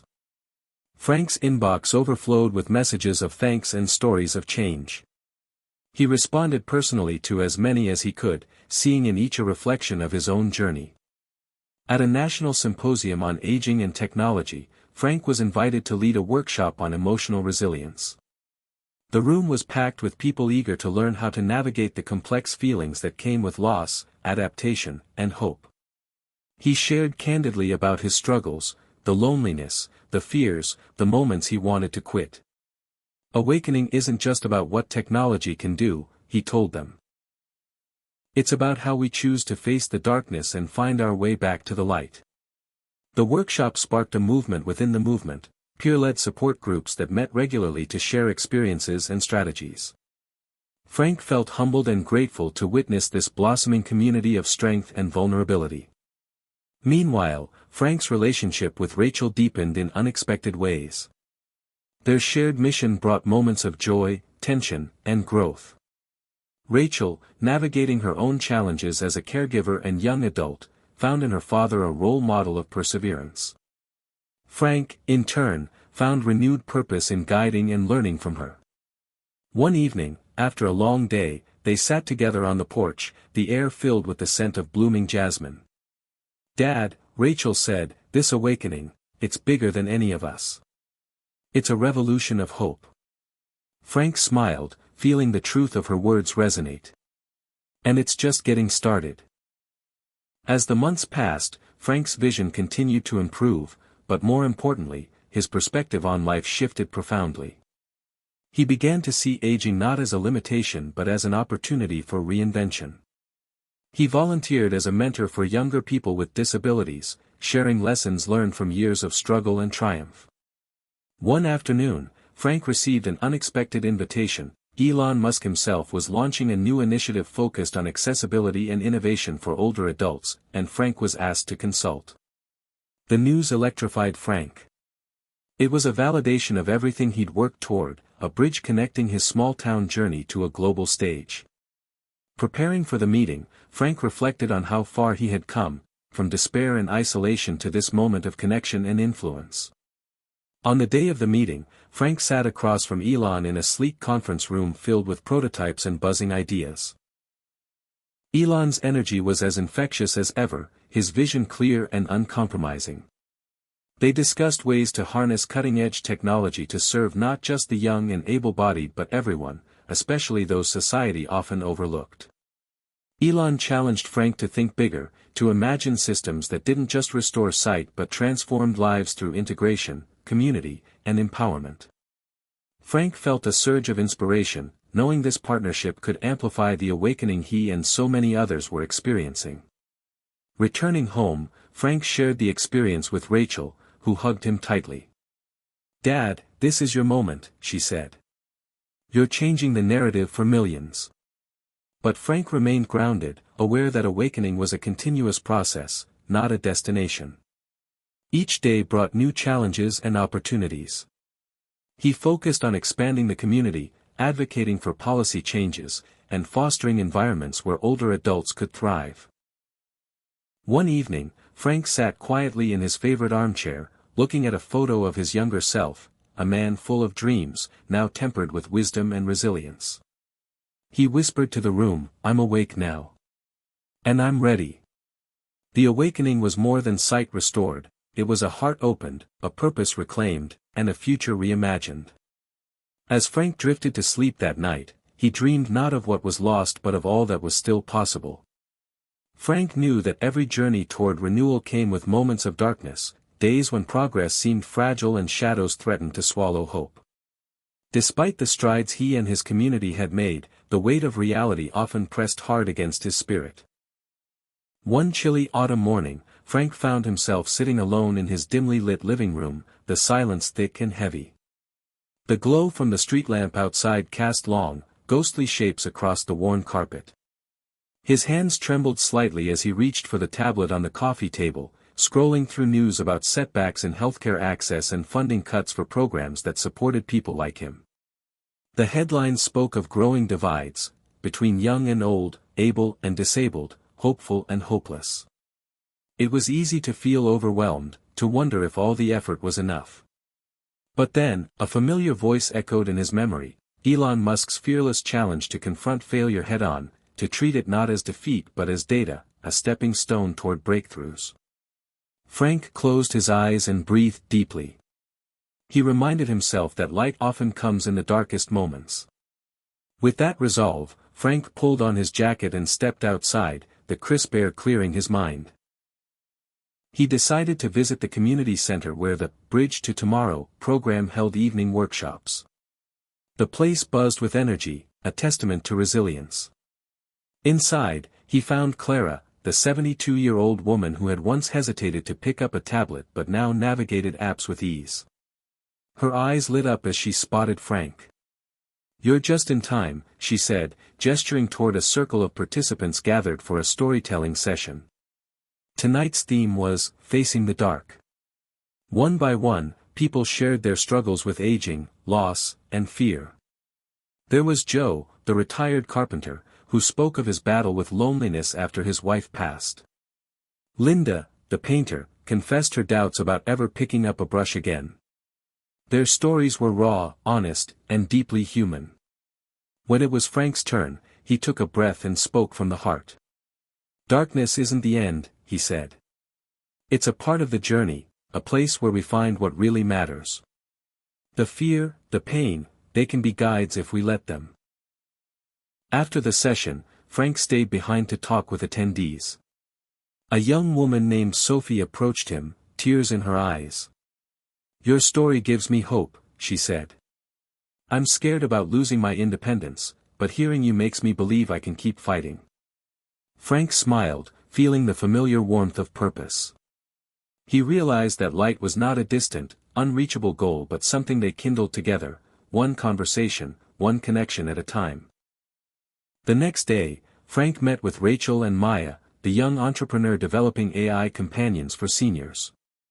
They brainstormed ways to integrate emotional support features, virtual friends who could listen, encourage, and help navigate difficult days.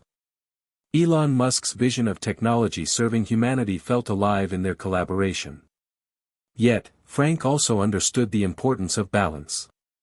"We can't let machines replace real connection," he reminded them. "Technology should be a bridge, not a barrier." In the weeks that followed, Frank found himself more attuned to the rhythms of hope and despair, the dance between light and dark.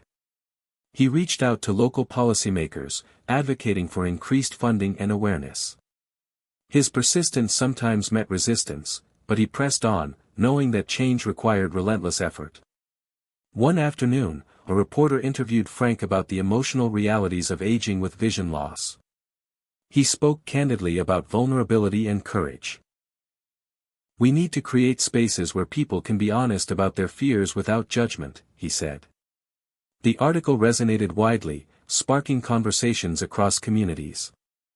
Back at home, Frank experienced a personal challenge when his vision fluctuated unexpectedly during a routine checkup. The temporary loss of clarity jolted him, stirring old fears. But instead of retreating, Frank leaned into the support network he had helped build. Friends visited, Rachel stayed by his side, and the community rallied. This moment of darkness became a testament to the strength found in togetherness. One evening, as Frank rested in his armchair, the house quiet except for the ticking clock, he reflected on the paradox of light and darkness. Both were essential, intertwined forces shaping the human experience. Elon Musk's fearless embrace of failure and uncertainty had taught him that setbacks were not defeats but invitations to innovate and adapt. With renewed determination, Frank began writing a series of essays and videos titled "Light in the Darkness," sharing lessons from his journey. The response was overwhelming. People from all walks of life wrote to thank him for shining a beacon in their own struggles. The movement grew, weaving threads of hope into the fabric of communities across the nation. As winter approached, Frank organized a holiday gathering at the community center, inviting everyone involved in the "Bridge to Tomorrow" program. The room overflowed with laughter, music, and shared stories. Frank looked around and saw not just survivors but warriors, people who had faced darkness and found light within themselves and each other. That night, as snowflakes drifted outside, Frank felt a deep sense of peace. The journey was far from over, but the light they carried together was stronger than any shadow. He whispered a quiet thanks to the visionaries like Elon Musk who dared to dream beyond limits, and to every individual who dared to take one more step forward, no matter their age or circumstance. In that moment, Frank knew, the darkness would come again, but so would the dawn. And they would meet it together. Hit subscribe and leave a comment with where you're watching from. This story might just spark a new beginning. What's one thing that always pushes you forward, even when things get tough?